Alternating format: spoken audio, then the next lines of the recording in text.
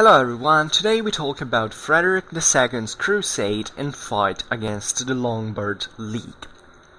So, this is a very big topic. As you understand, it basically encompasses the last 30 years of Frederick's life. So, this is actually pretty long. It's a sort of an introductory video to these specific times and single episodes that, as we will see, are also richer of other events that occurred. And actually, the figure of Frederick II is one of the most difficult historical figures to discuss in not just in medieval history, but also in history in general, as definitely one of the greatest in world history, one of the most important sovereigns of Europe. A symbol of universalism, a person who embodied many models, many symbols, including the Roman one, the one of the medieval intellectual, the one of a Christian that, however, was extremely intellectually curious about also other cultures and trying to figure out, the great symbol of creation through the knowledge that was also produced or however handed down also in other cultures. We will see especially Islamic philosophy at this time was extremely developed, and Frederick had the let's say the cultural background to actually understand Arab, to read and to talk also with some of the major Muslim scholars of the time.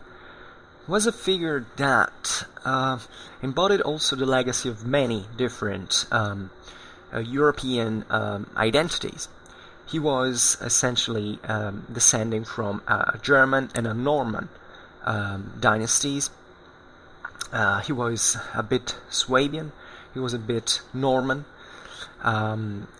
he was a bit Sicilian, considering that he was raised, as a matter of fact, as a young man, as an adolescent, as a matter of fact, into the streets of Palermo, also not guarded, not excessively guarded, and really spending this period of his life in this extremely multicultural capital of Europe that, in fact, informed his cultural interest in many ways, and definitely the domain of his to which he was mostly attached was definitely the kingdom of Sicily that his father had inherited in dowry by marrying the last heiress of the Hauteville dynasty.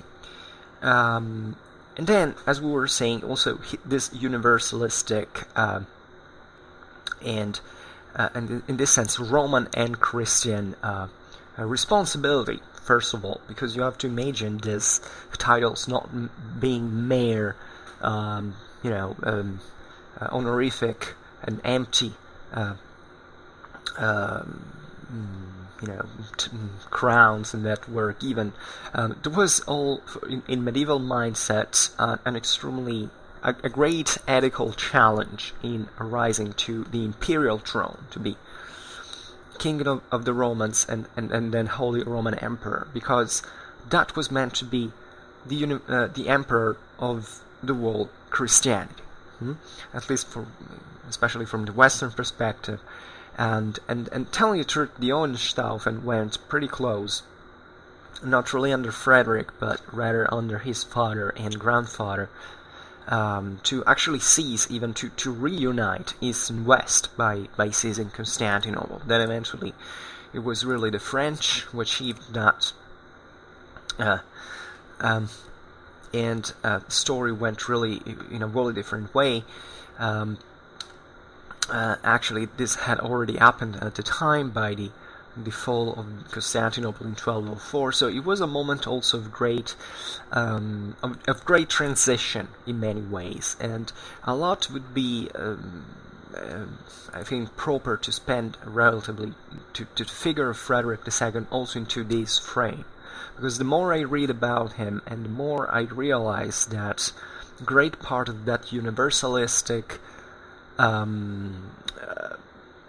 let's say the possibility, say better, of achieving that universalistic dream actually grew smaller and smaller during the same Frederick II's reign.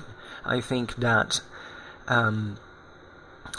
it was actually under Frederick I that the Holy Roman Empire could really hope to to achieve this great universalistic dream, and with the construction of a Mediterranean empire under Frederick II, a lot of ground had been lost, and today we will see how he, however, was still trying to cope with this and trying to reshape the the political situation in a more favorable way for the empire, but also in very pragmatic ways that in this sense never have to make us idealize these individuals chiefly only from say from a cultural symbolism, but they have to really look first of all at the actual individual achievements of Frederick, because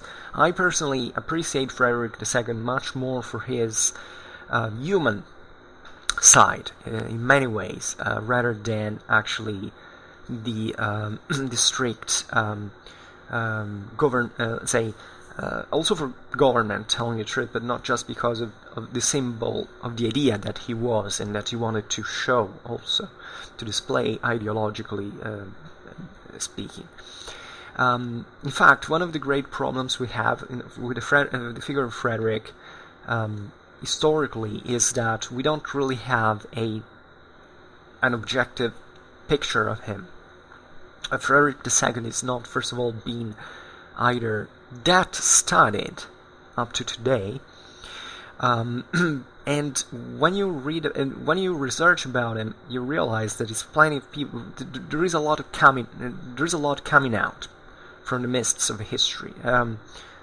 People might think that such a big chapter in low medieval history, like the reign of Frederick II, is already enough scoped and researched. But telling you that every time we get into that again, we see that there is still so much to say, and many new things really pop out, sometimes even unexpectedly. But the main problem is that we either have pro-Frederick propaganda or against Frederick propaganda, so it's very, very difficult to understand what happens in the middle. At the same time, there is this great problem that the 13th century, it's a moment of change, it's a moment of transition. Europe is vastly expanding, but even for such important figures like Frederick, we don't always have enough sources. Today we will see it. There are a few events that are still not clear, really, and why they happened, or how they can be even judged, because this is also what we try to do, historically speaking, is eventually to summarize, to sum up judgments. Was this a bad or good ruler? And this can be done easily with some certain figures, and relatively easily, at least given the sources that exist. Frederick II is, I'm not doubting the size of his figure, of his greatness, but sometimes we don't really know whether really the story is being told. We don't understand where the truth lays most of the times from a strictly historical point of view. So today we're gonna focus on Frederick history from the death of Honorius III up to Frederick's death in 1250. So, Honorius III had been this pretty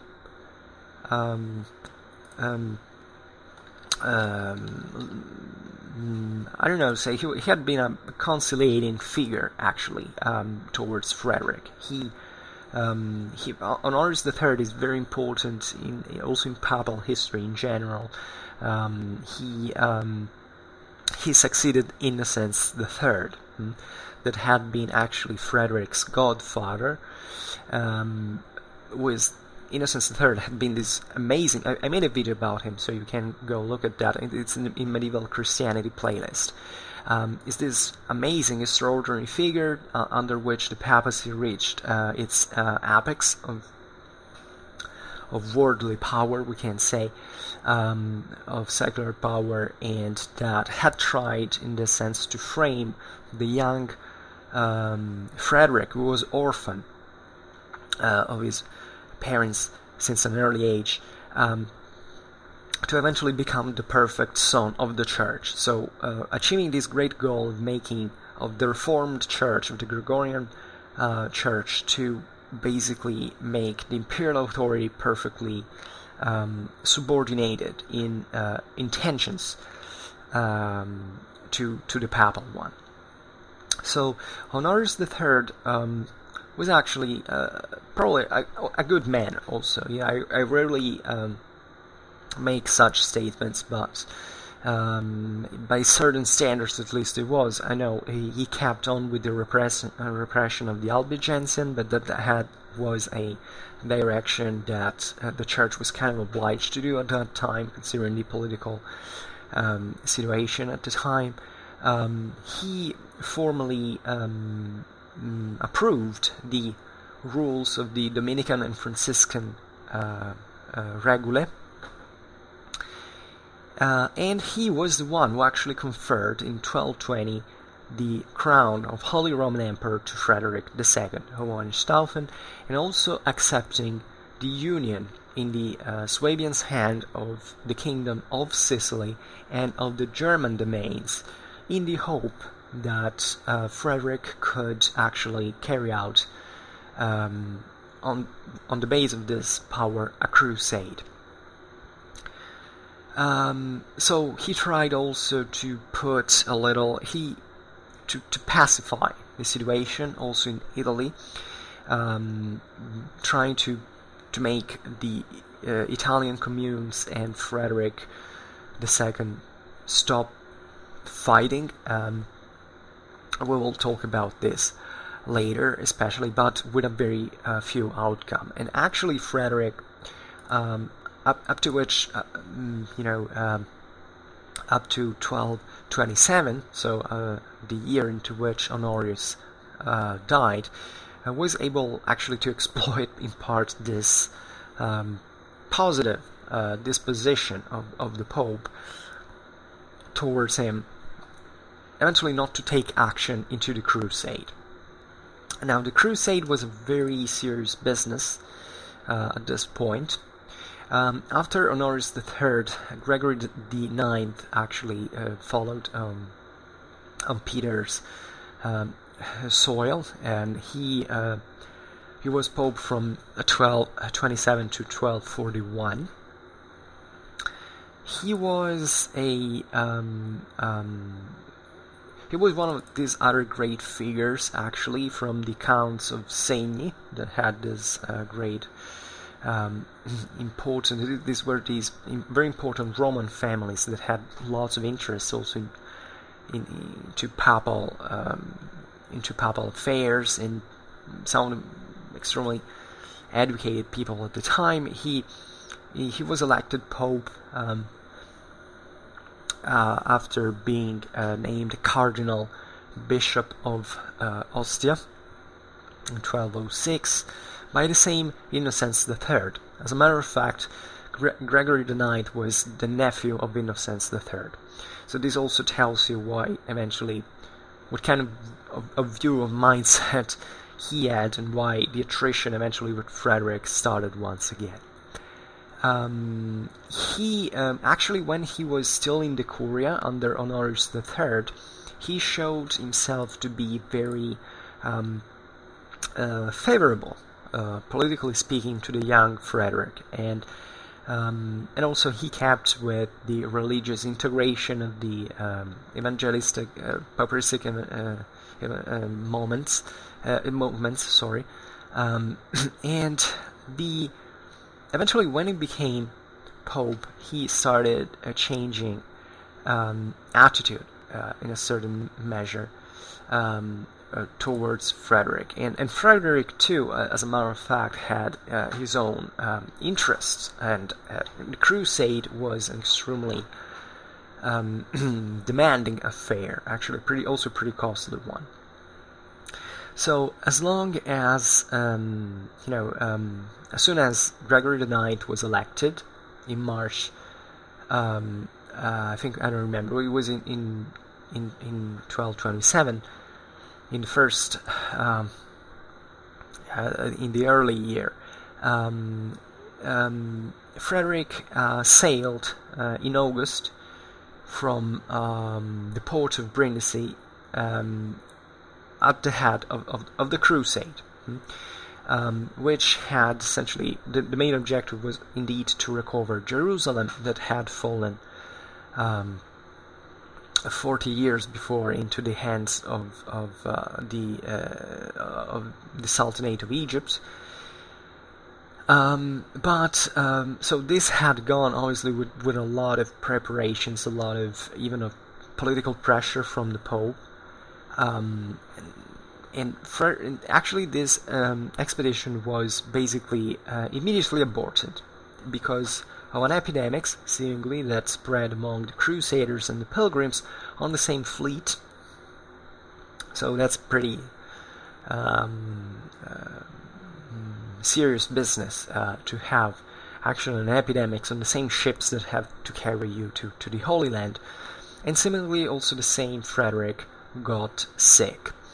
Now, this was seen as, it's one of those moments into which we don't really know what happened, whether it was an excuse, I don't think so, personally. I think that the Crusade had been mounted properly as an expedition.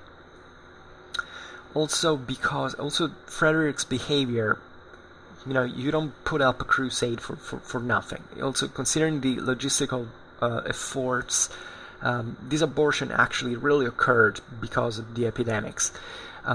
So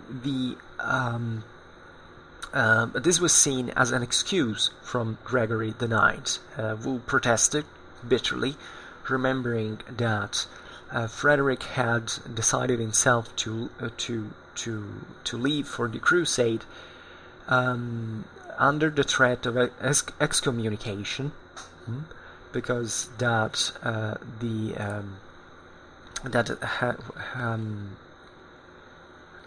being the major threat, the let's say kind of the blackmail that was done. At that point, the popes really thought that a crusade to recover the holy places could have been successful only if it had been led by the emperor himself.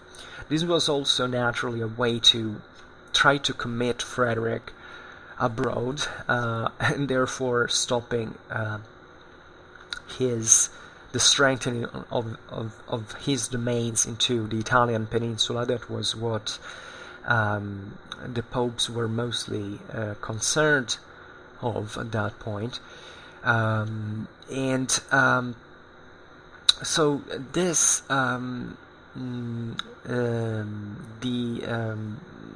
Frederick's excuses were interpreted as a pretext to make the crusade go on, and therefore on September the 29th, 1227, in the Cathedral of Anagni near Rome, Gregory IX excommunicated the emperor.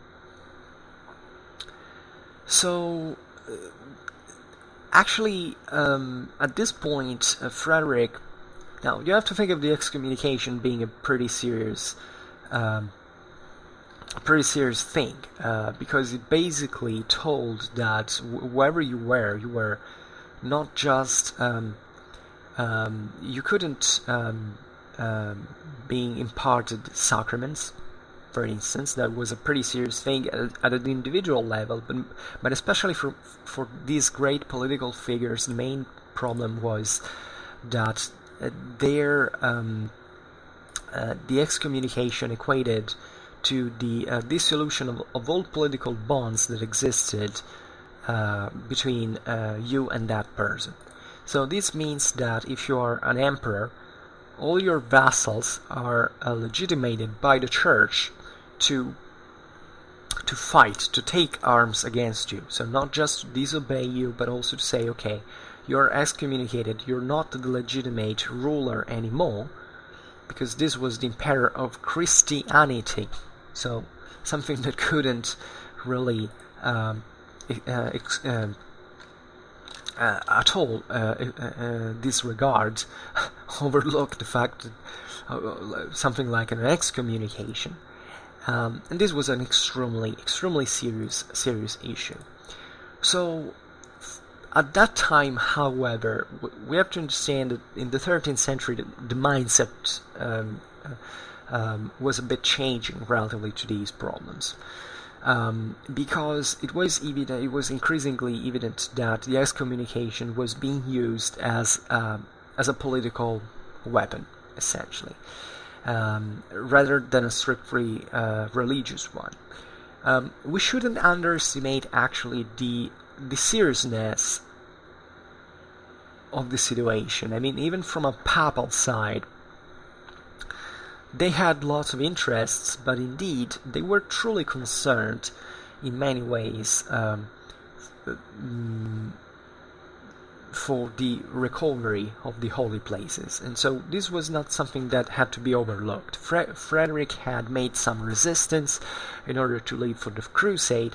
There was a perfectly understandable concern for lay prince, if, in terms of expenses, because this was mostly, as always, a matter of money, really, and all that it entailed, meaning even leaving your own domains at that time was something risky, because during your absence the local vassals could revolt, and there could be, in this sense, pretty great difficulties when even to maintain those territories, and when coming back and taking control of the situation.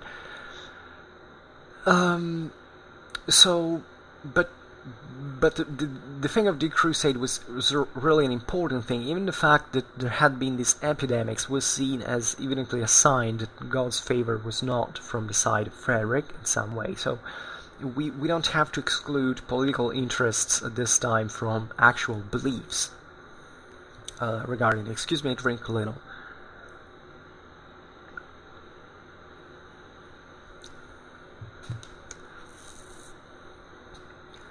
So, at this point, Frederick doesn't really care.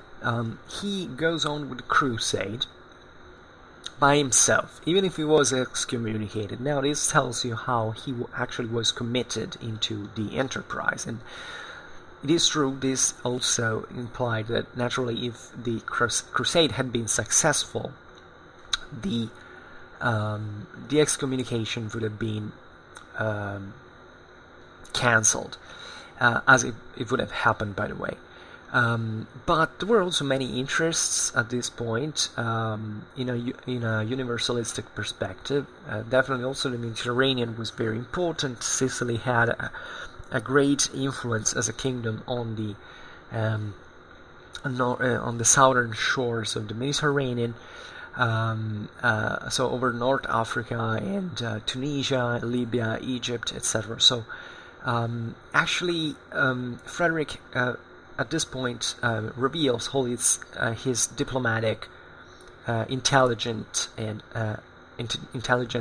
ability. And what he does is that he leaves for the Crusade once again, with a vanguard of 500, actually with a rather large army. Sometimes on history books you find that there is this comparison between the first failed expedition in terms of size with this one that was smaller, but actually the forces that Frederick gathered at this point were still pretty consistent. He actually had sent a lot of diplomatic missions before doing this, a vanguard of 500 knights. And in June 1228, he embarked himself at the same port of Brindisi in Apulia, and after a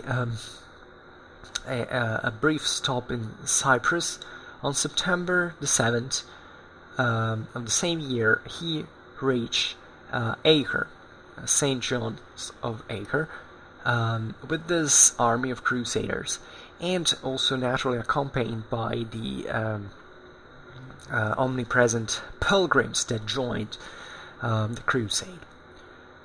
So at this point, the situation was pretty serious for Frederick, because actually the military orders of the Holy Land had been asked by the Pope not to take part in Frederick's crusade, so not to give support to him once he would have arrived into the Holy Land. He was excommunicated, so even the Patriarch of Jerusalem refused any form of cooperation at this point. So this was a very daring enterprise, telling the truth, and he got out of that with, as we were saying, true diplomatic skills.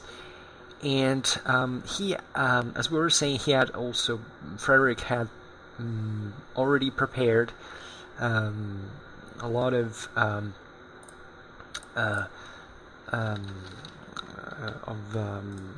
negotiations, actually, in talks with the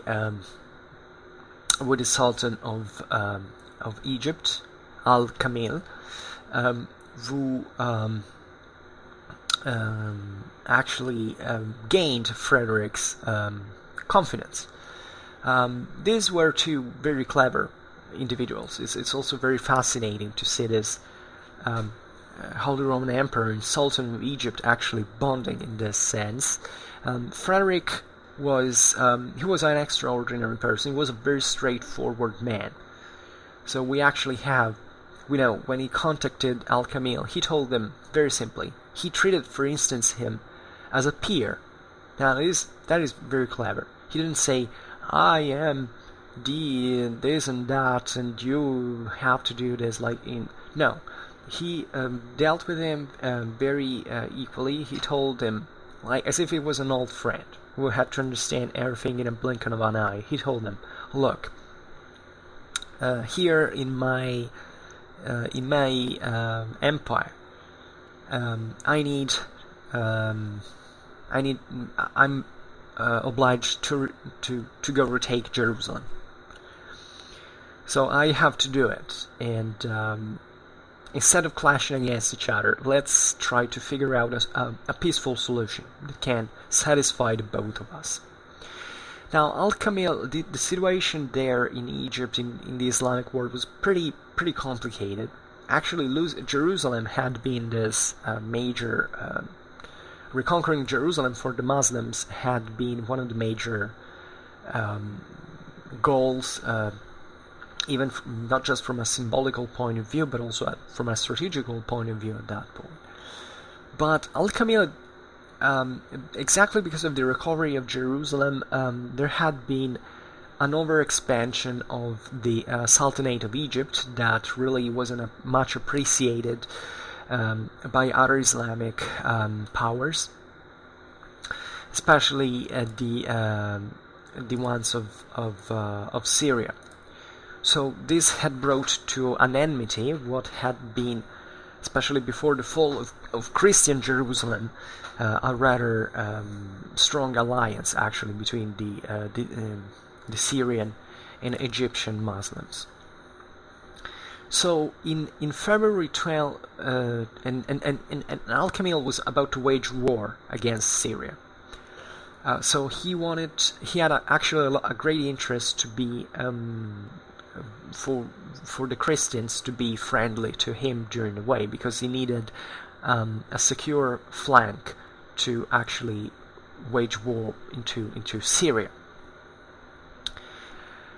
So by February 1229, Frederick II and Al-Khamil, let's say better, managed to sign an agreement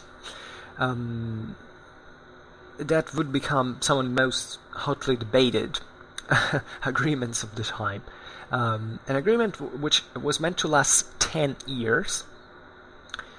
So 10 years is not really a lot, especially considering that at the time political changes, could be sudden, but really once usually a territory was conquered safely, it took generations before taking it back. So this 10-year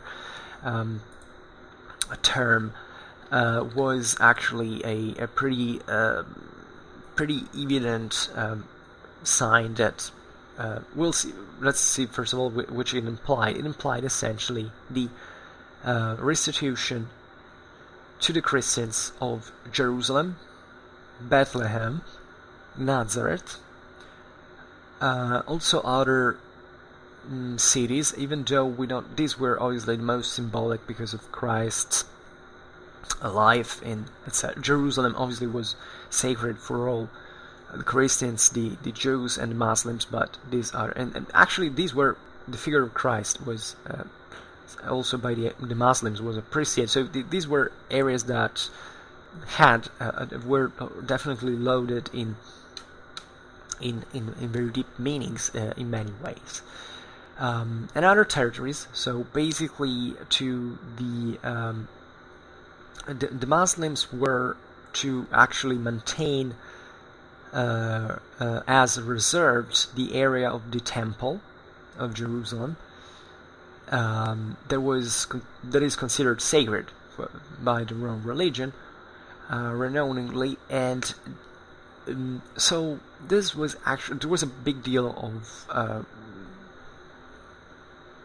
of consequences in this, because both in the Christian and in the Islamic world, this agreement was at one time praised and condemned by, depending on obviously it was praised respectively by the supporters of Frederick and Al-Khamil, and definitely condemned by their opposers, as it's evident.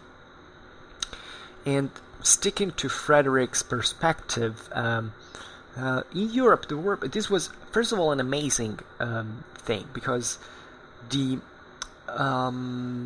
actually many Europeans at the time thought it had been a great achievement. Especially certain circles were pretty satisfied on how the thing had been dealt with diplomatically and all. Then fanatism naturally existed also in every time. So there were people, including the same popes, who basically said this is not coming from an actual. First of all, this is a sort of a fake agreement, and in part they were right, because actually we don't fully know de facto which whether if all these territories in the first place were actually given by the Muslims to the Christians. Jerusalem was indeed, but basically its walls had been raised, its defenses had been taken down, so this was an open city, and the major power around there was Egypt. So at the end of these 10 years, if not before, Jerusalem would have fallen soon into Islamic hands. Actually, Jerusalem was eventually conquered by the Khwarezmians, we will see that, but I mean it was evidently a very precarious situation in there. It's not that the Christianity won really back Jerusalem.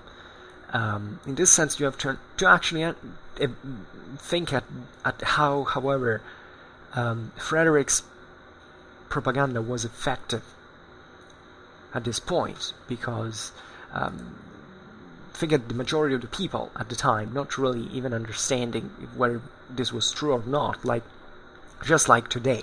People listen to the news, but they don't care to get deeper into them, to actually inform themselves to see if that information is correct, and the whole information is used politically speaking. So it was at the time.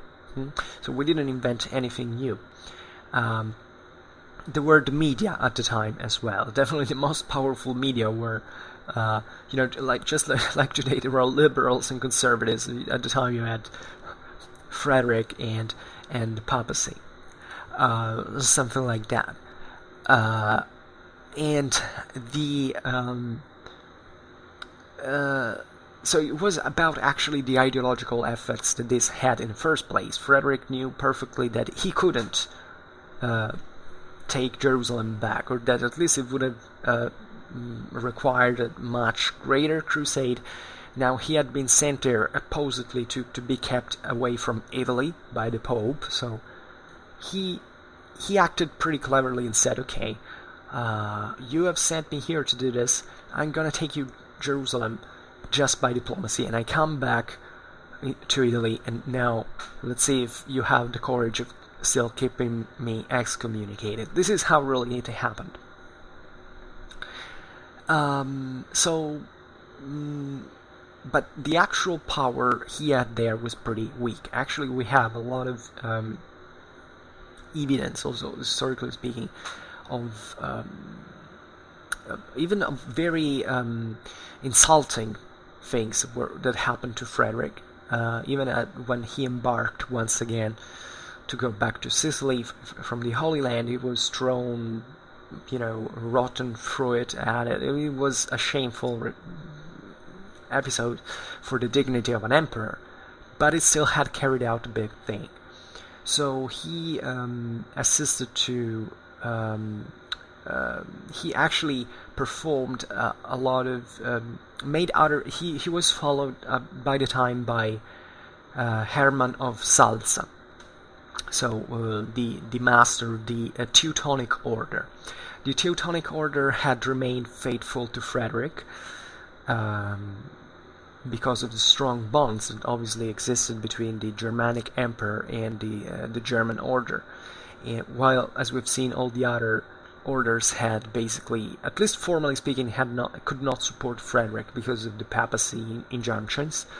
Actually, Frederick's army into Palestine was strengthened also by the Templars and the Hospitaliers, but these were pretty careful to state that they weren't there at the orders of Frederick, but just really going there on their own.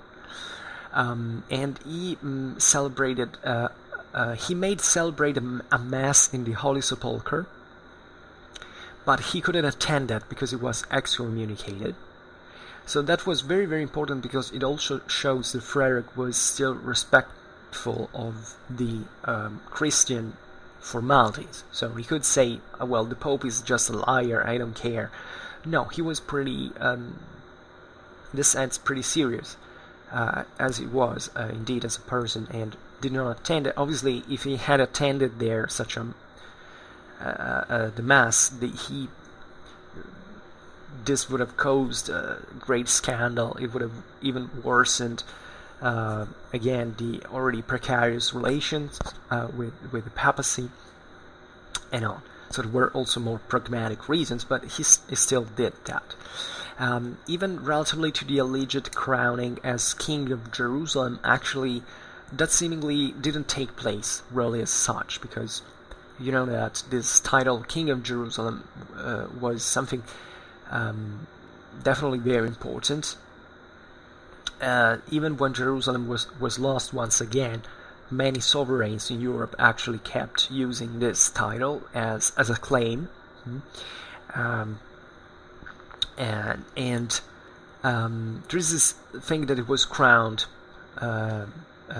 in the same Church of the Holy Sepulchre as King of Jerusalem. This is actually false. Seemingly, the crown implied in there was actually the same Holy Roman Imperial one.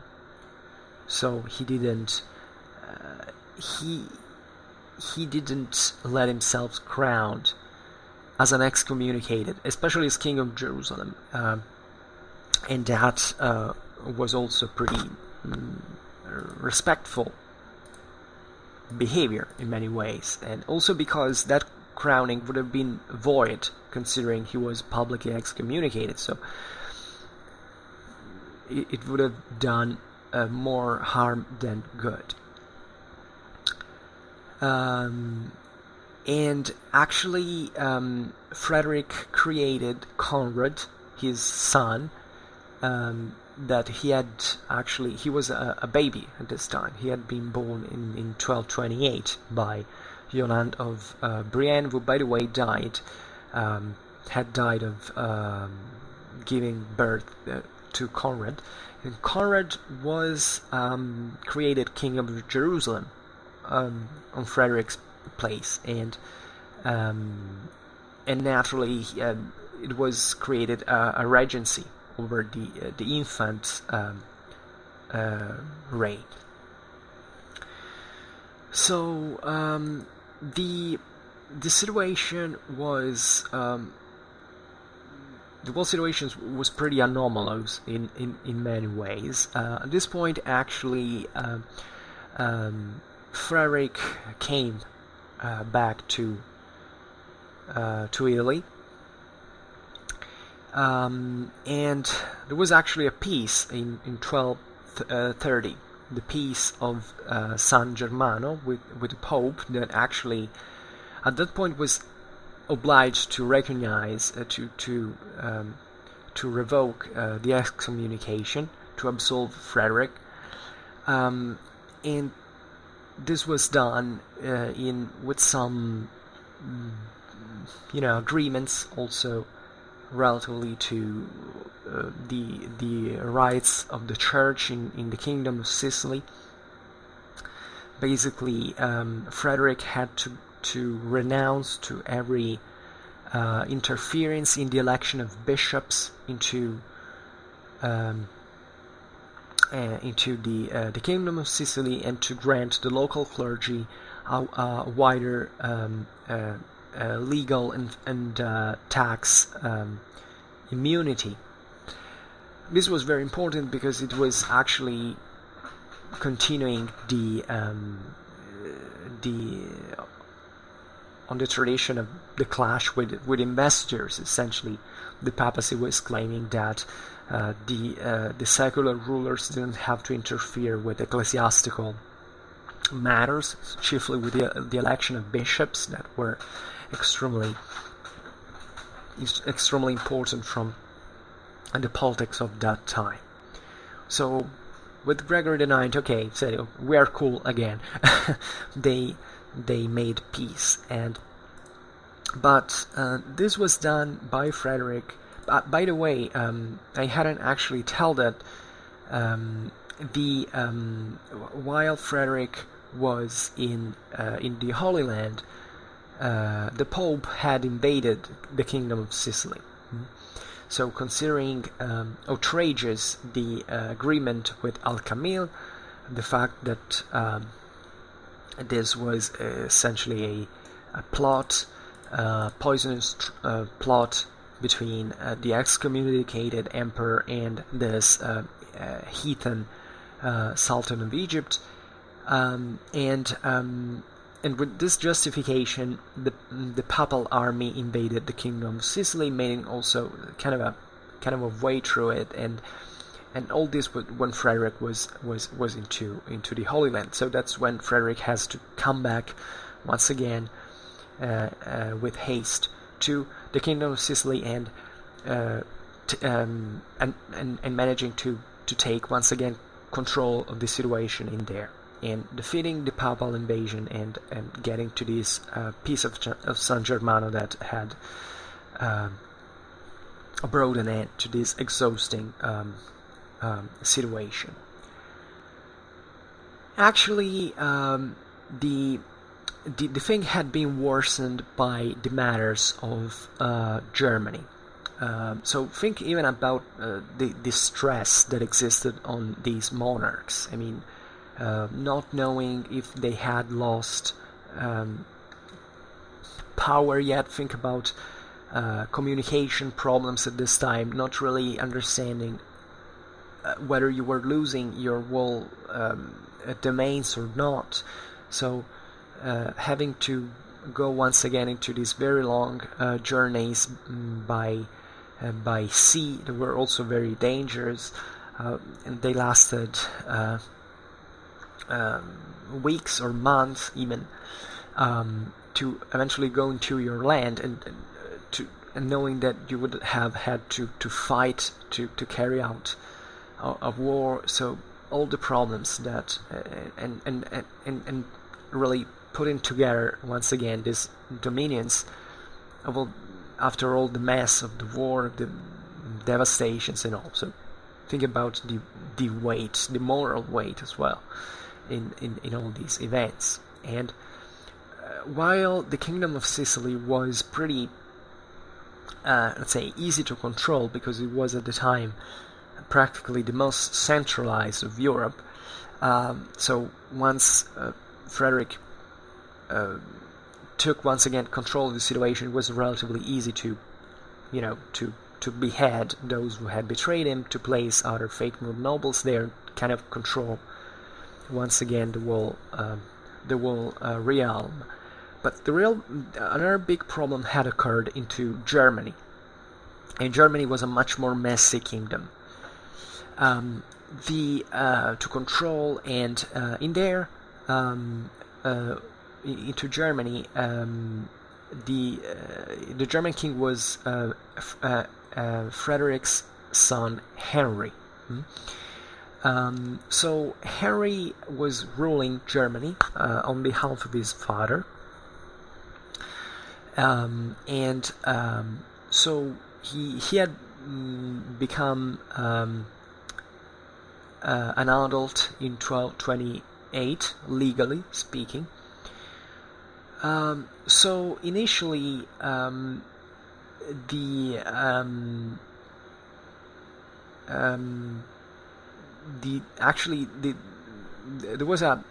initially the German princes had acquired, also thanks to the peace of San Germano between Frederick and the Pope, actually had gained more power on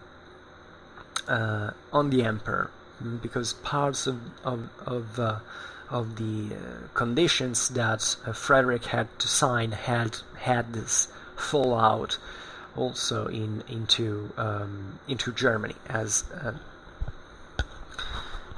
and the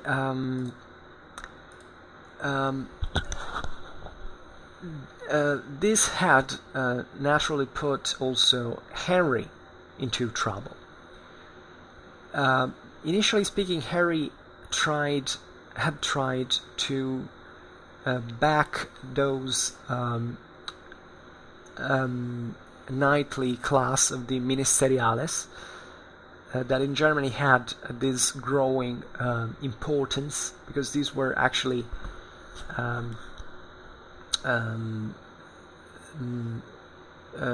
non-free knights that were being increasingly tied to the imperial fate, in the sense as the German princes wanted instead to expand their power even over this knightly class and basically subjugating it. Harry had been backed also by the cities of the empire. Germany had these so-called Freie Reichsstädte, that means free cities of the empire, that were, especially during the Hohenstaufen, founded, or at least, they were granted certain city rights to counter the power of the local nobility. But at this point,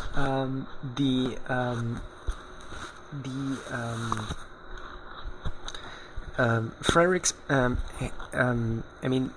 the power of the princes had become too strong, and basically Henry began to side with the same princes. So he made this very sudden change of front, and he began essentially to fight together with the German princes against his own father. So the at this point, Frederick managed to make a first agreement with his son. He had the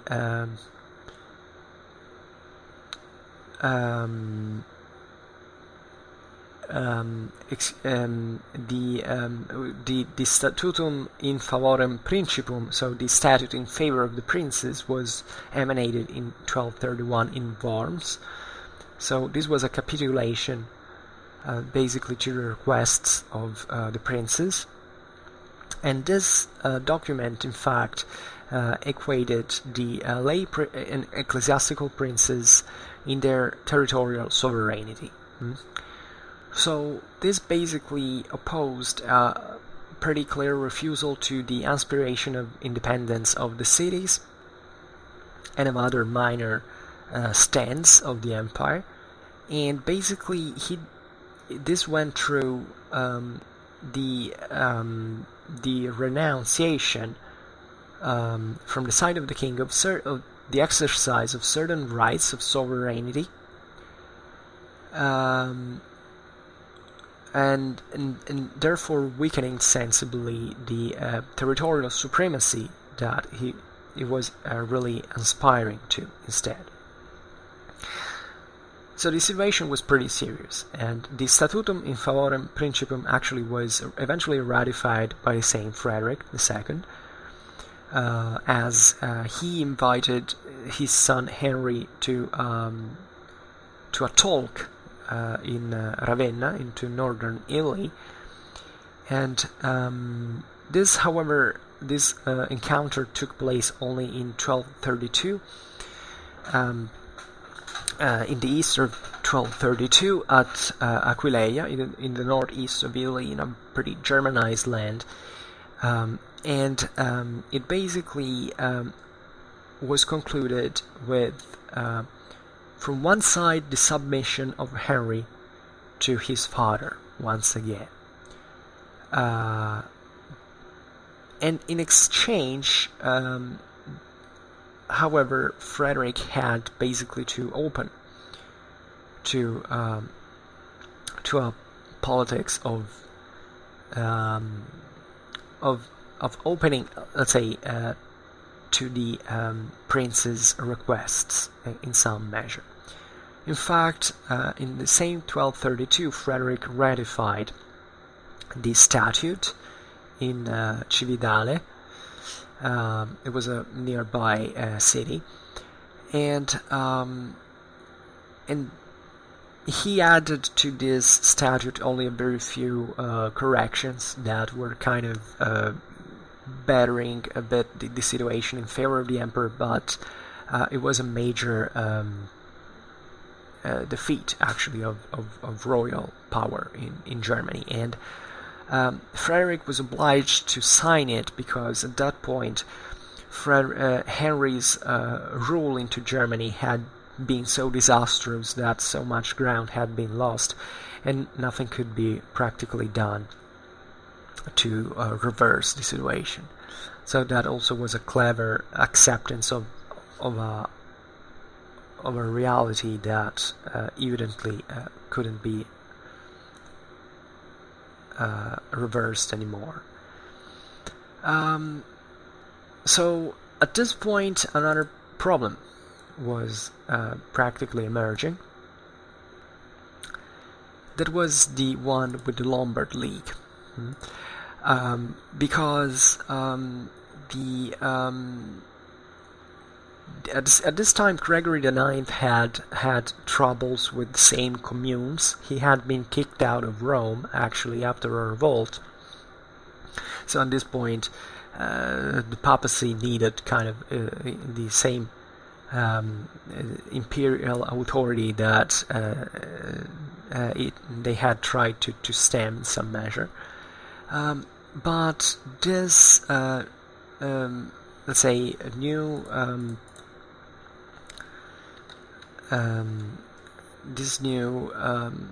getting reconciliation wasn't really giving the expected results. And in fact, the emperor asked to the Pope to disband the Lombard League, and to renounce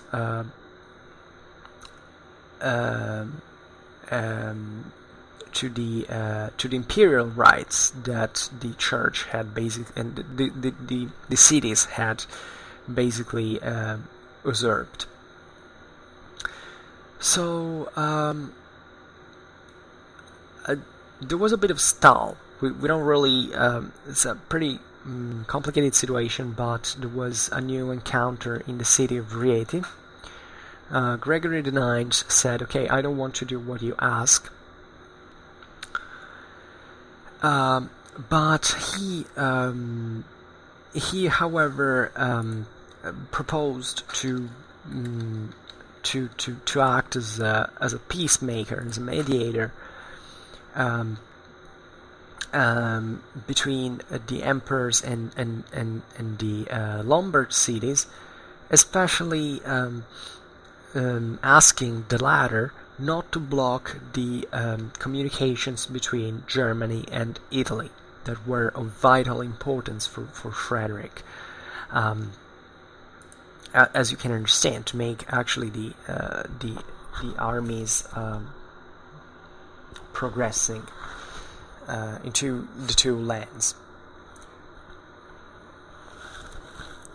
So excuse me, I'm adjusting here.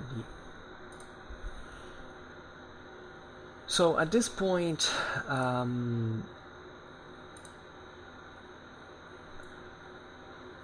the situation worsened once again, because practically Henry in Germany, that had been sent once again in Germany on behalf of his father, kept these policies of this anti-princely policy, telling the truth. So creating once again an attrition between the local nobility and the royal power, and he also had gone astray from his father's politics concerning the persecutions of heresies. So Frederick once again had to act upon his son, and he actually asked the help of the Pope, who granted who accepted to excommunicate Henry in 1234. So at this point, Henry was not deposed, and he attempted to form actually a strong opposition to Frederick into Germany once again, and to especially convince the Lombard cities to block the Alpine passes, and therefore making the whole situation degenerate. So in 1235, Frederick crossed the Alps and went himself into Germany. So this is also another big show-off, because he went there without an army, which also was a pretty risky business, but showing in this sense all his imperial pomp and authority, and let's say entering in the kingdom of Germany by saying, "I am the emperor, so I don't even need an army to march into my native, at least in my family lands of Swabia." Frederick loved Alsace a lot. You have to think, Henry had these different souls in many ways. He was German as well, and he really loved the kingdom of Germany, even if sometimes he He couldn't speak German perfectly, or if he still preferred his kingdom of Sicily, he had this very strong sense of his German ancestry and legacy, and the importance that, in this sense, the empire had, especially for the Germans and the Kingdom of Germany in itself. For instance, the Kingdom of Sicily was one of his dynastic possessions, but it wasn't part of the Holy Roman Empire. Germany at that point instead felt itself to be to have a leading role into Europe because of its imperial authority that was attached to its crown.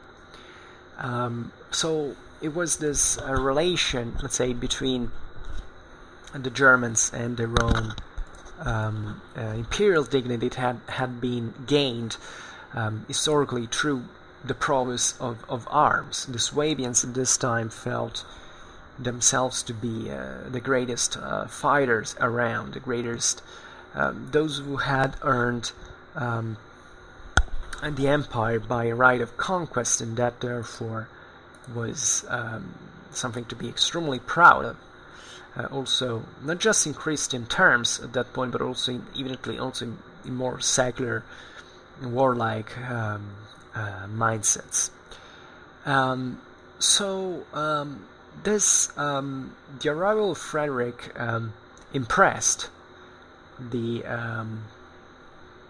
German nobility, who decided basically to side with him in part. And in July of the same 1235, at Worms, he obliged Henry to renounce to the German crown and domains. So this was also a very bitter moment, because Frederick came to imprison his own son. So think even about how this imperial dignity was really felt, to the point you're going to imprison your own son because he's being rebellious to the emperor of Christianity. And obviously also being rebellious to his own father is a very important thing, especially as a king himself, like he was. At least he was governing in Germany as such. And so this was also a very strong political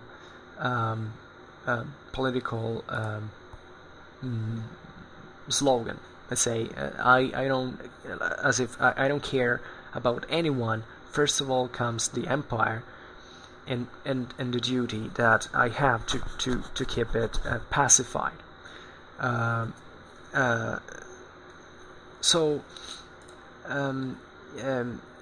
Henry was also deprived of the succession's rights, and he was sent into Calabria in prison. So in this area of southern Italy is pretty mountainous, so it's full of castles that were a difficult place to escape from. And he was guarded, and he was kept prisoner for 7 years. And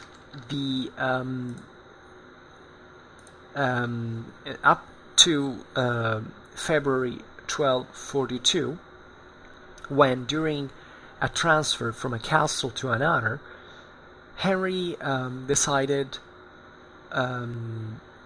to, while marching, while passing over a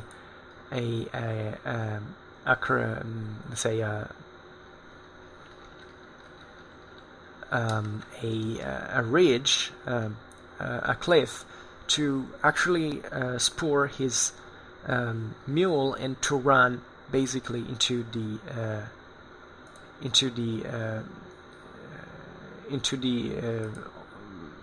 crevasse, into the crevice, and to fall from and to kill himself practically. So he committed suicide. Probably, the story is that he did that on purpose, deliberately, and we don't know whether he might have also been taken out by order of maybe of Saint Frederick, because he was worried maybe about it.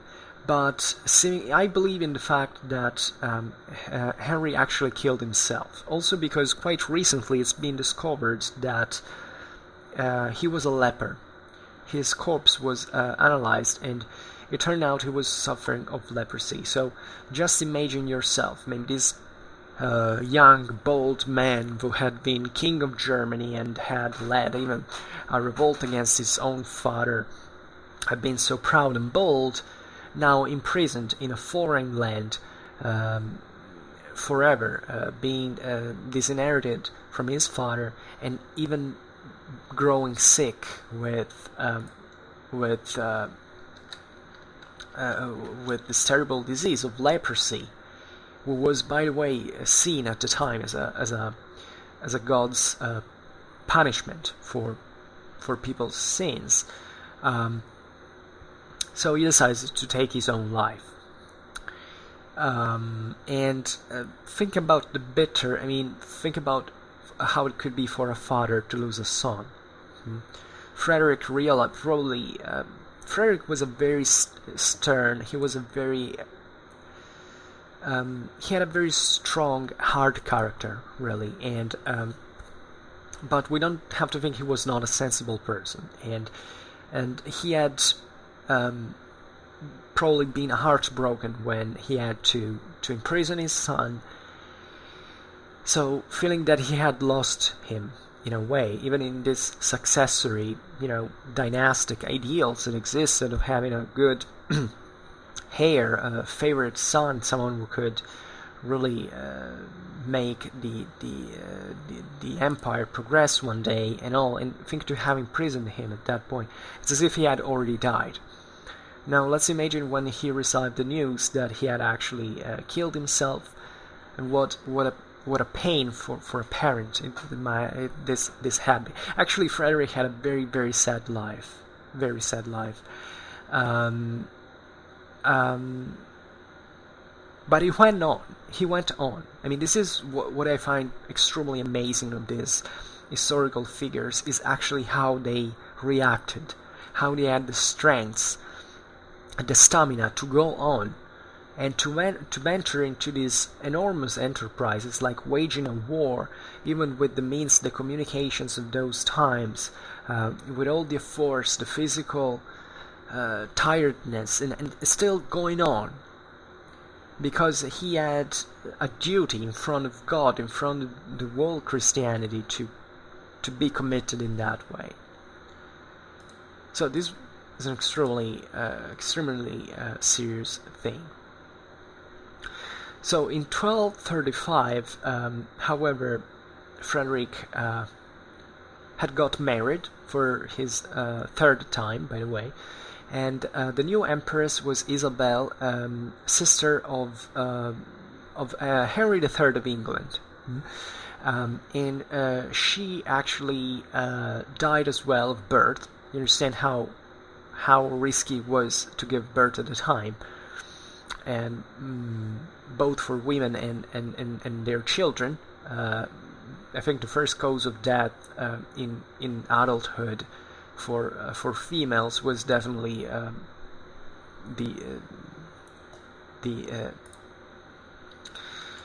this birth, the child, these deliveries that were, by the way, think about infections, even if it was maybe just a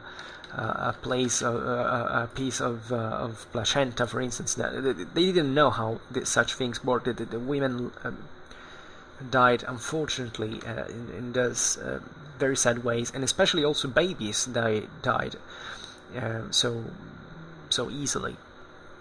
Especially the newborn. The first days of life were critical, because it was normal to lose children after a few weeks, few months. Anyhow, and this woman died in 1241, having actually born to Frederick one son and one daughter. named respectively Henry, or maybe Charles Otto. I don't remember. I think we don't even know the name actually, and Margaret. So this marriage was very important because, among the other things, it was a way to kind of coming once again together to reconcile with the Welfen house, so the major rivals of the Swabian rule into Germany. This because England was allied historically with Saxony, with the Welfen house, and in fact this was seen in the same August in 1235 when Frederick invested the nephew of Otto IV. So the one, Otto IV, Duke of Saxony, was the one who basically had, when Frederick was a kid, had tried to usurp his throne, then eventually was defeated by the French at Bouvines. So England and Saxony had been defeated, and France was backing the Hohenstaufen, and Frederick basically rose to the throne thanks to that. And Frederick at this time invested the nephew of Otto's nephew, who was also named Otto, by the way, with the new Duchy of Brunswick-Lunenburg, that elevated at the rank was elevated at the rank of basically prince of the empire. So they basically had a certain extra rights concerning the imperial election. Always in this moment, in the August of 1235, there was a very important Landtag in the city of Mainz. The Landtag would be the parliament of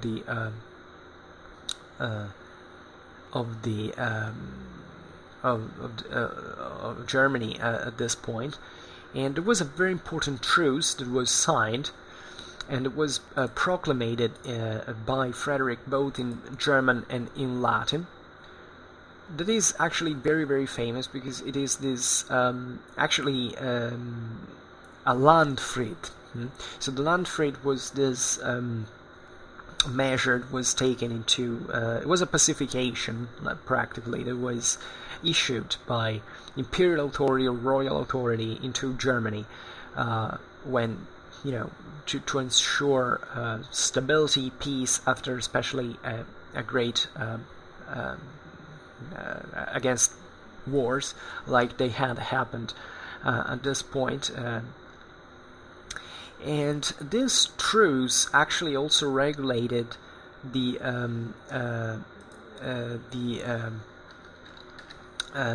most serious crimes, the penal right, and the application of the same punishments, of the same penalties. So it was a bit of a juridical reform. But it had actually very interesting political contents, because it basically established that for the administration of justice, a judge of the imperial curia, that was known as Justitiarius Curiae, had to be basically at the top of justice in this sense. So this actually this was a pretty fictitious figure, because there was not really an actual function of justiciary like in other, as it would have been. It was just a name.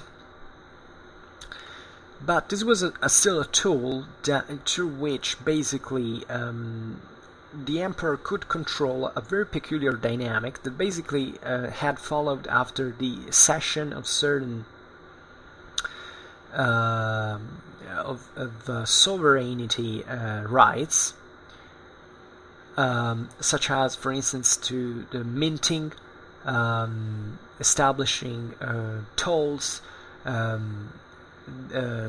exacting, let's say, passage rights over the so-called conductus and other jurisdictions. And this had been all basically ceded by the emperor to the princes. But this was it might seem just a weakening of the process. But through the justiciary, basically the emperor could control de facto the chance of controlling the exercise of such rights from in the interest of the empire. So I know it sounds messy, I didn't explain myself properly, but de facto what happened is that the emperor ceded these rights, because those were public rights. So since the public rights had been already largely usurped by these princes, what Frederick thought is, okay, these guys are usurping them anyway, so they are already freely disposing of them. So if I officially give them to them, I can't stress the fact that it's my authority that is giving them to them, giving such rights to them. So I can basically turn these noblemen, these princes, one against the other sometimes, by sanctioning or let's say legitimating or not legitimating the cession of such rights. So this was essentially giving up formally to the free disposal of these rights, because this was already happening, but at the same time having a say on how they were exercised. So whether a noble was doing them right, if they had, let's say, and also in setting these precedents, let's say, in maybe asking the same princes to acquire those rights. So basically selling them, or at least using them as a political tool to attract this or that power, and therefore to make it more subordinated to the empire. It was definitely not the best option in general, in absolute terms, but it was probably the very best option at the moment. And this was pretty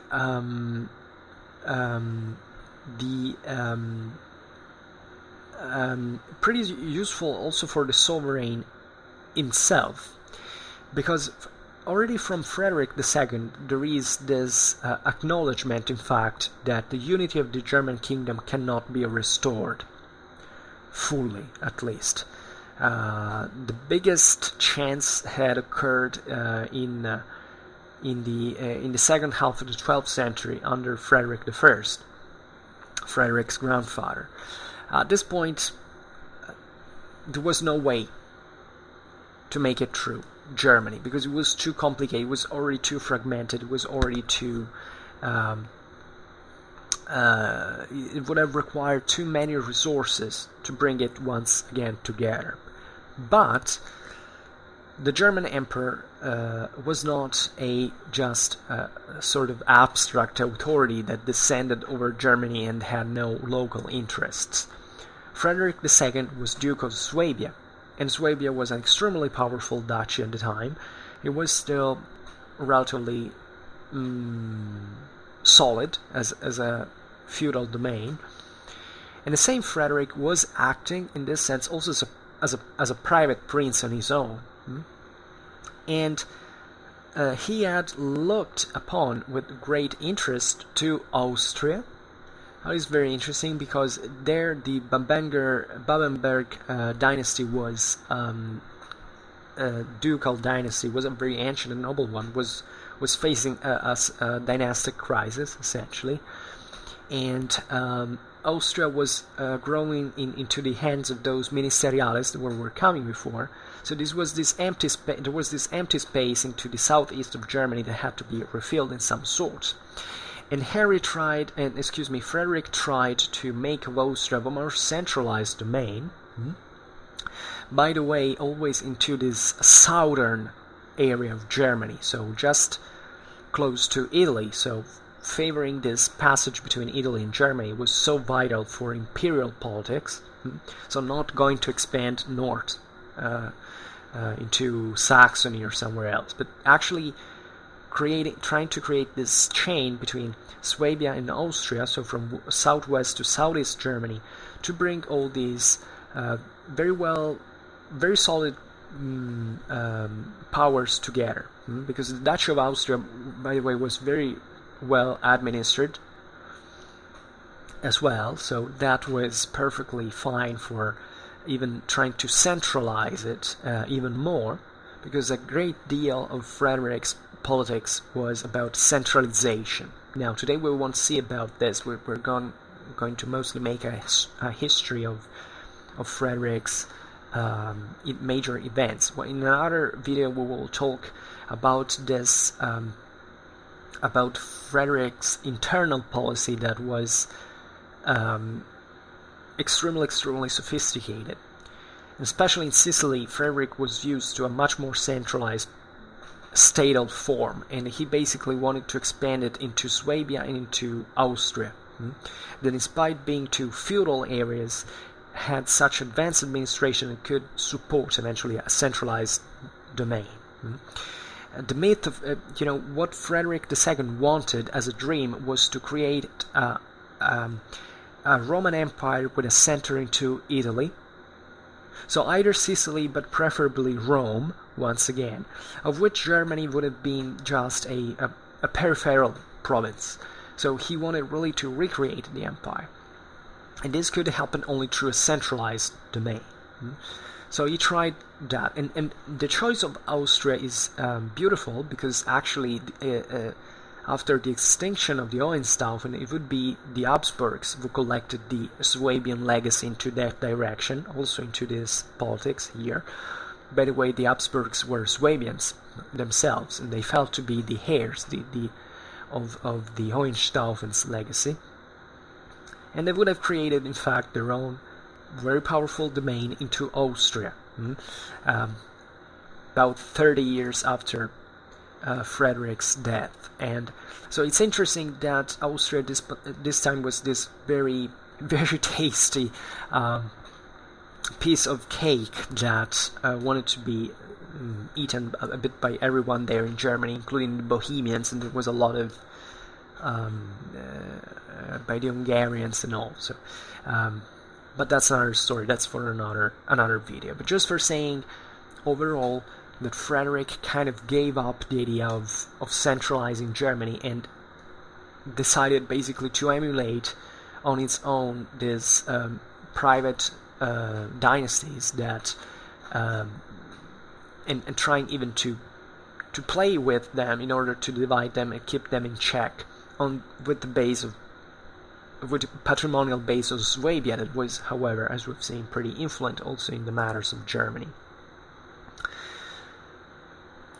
So now new problems now arose in Lombardy once again, because the Lombard League was still standing. There were certain negotiations now that had been carried out among the Lombard cities, the papacy, and the emperor, which had now failed. So Frederick decided to wage war once again into Lombardy, to try basically to keep these eternally rebellious northern Italian cities to order. Actually, northern Italian cities were not openly rebellious, as they didn't want really to destroy the empire and anything. They weren't really to remain alone, and they wanted to be autonomous. And Frederick needed money, and Lombardy was one of the richest. Well, actually, was the richest region of Europe at this time, and Frederick asked them the due taxes that these Lombard cities had to pay as being subjects of the empire, and they didn't want to. And we should be. I actually discussed. I didn't talk pretty much about the Lombard League up to now. I've discussed about the Battle of Legnano in 1176. I've discussed also about the rise of signories, but I actually haven't really talked about the clashes between Frederick II and Lombardy in close thing. Actually, the most didactic example for this is the clashes between the Lombard League and Frederick's grandfather, Frederick Barbarossa, because that was the moment into which the main problems were they were set, even from a legal point of view.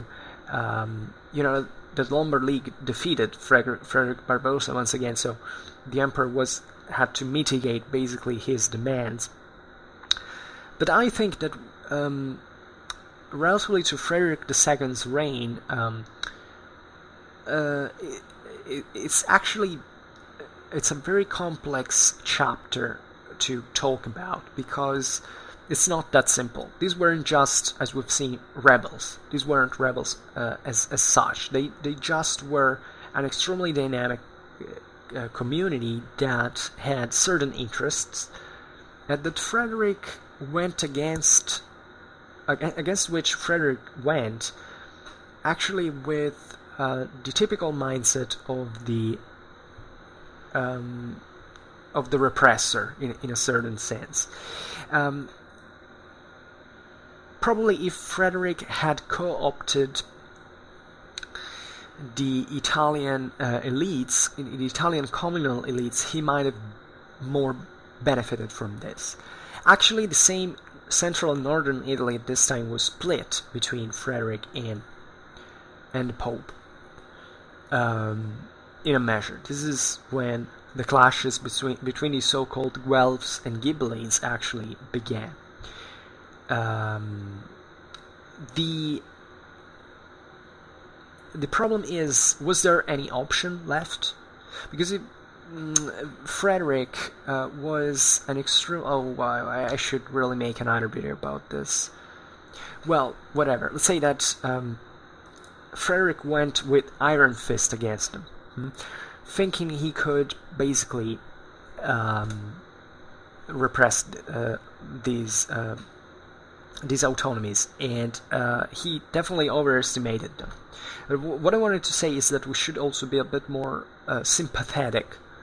Then I personally love the Hohenstaufen as it's evident, but I'm also kind of sympathetic. I always kind of looked all the other perspectives in other ways, and I really think, especially with the Lombard cities, there was nothing that could come out of good by such a strict behavior with them. They had to be engaged into the empire in some broader way, and to come eventually to rule over them, because they were the main cause why eventually Frederick lost it in many ways. I mean, the ideological weapons are surely powerful and all, but actually those who put more resources into the fight against Frederick were the Lombards, and they were the ones who definitely stemmed, in this sense, the expansion of the Hohenstaufen in there. So what Frederick did at this point was to exercise once again the pressure of central power over the Lombard League, and he crossed the Alps from Germany, and the Imperial Army encamped at Verona. So Verona was this very important place because it's located on the Adige Valley, that is basically the highway for Germany. So it was the place where the Germans preferably invaded Italy from. And this area was basically, in fact, revolving also in part around this strategic meaning. And most of the cities that existed there, in fact, were Ghibellines. So what does it mean? It means that these cities and lords that existed into this area of northern Italy were allies with the emperor. So in here, in Verona, Frederick was joined, in fact, by the most important lords of the north of Italy, among which was, for instance, Ezzelino da Romano. I made a video about Ezzelino da Romano, and you can check it out into the Medieval Italy playlist, into which I discuss the, I think it's the rise of Italian lordships, Ezzelino, or the first Italian lordships, I think it's the title, Ezzelino da Romano, Oberto Pellavicino, and William VII of Montferrat. Those were the three main guys. We were all Ghibelline, by the way.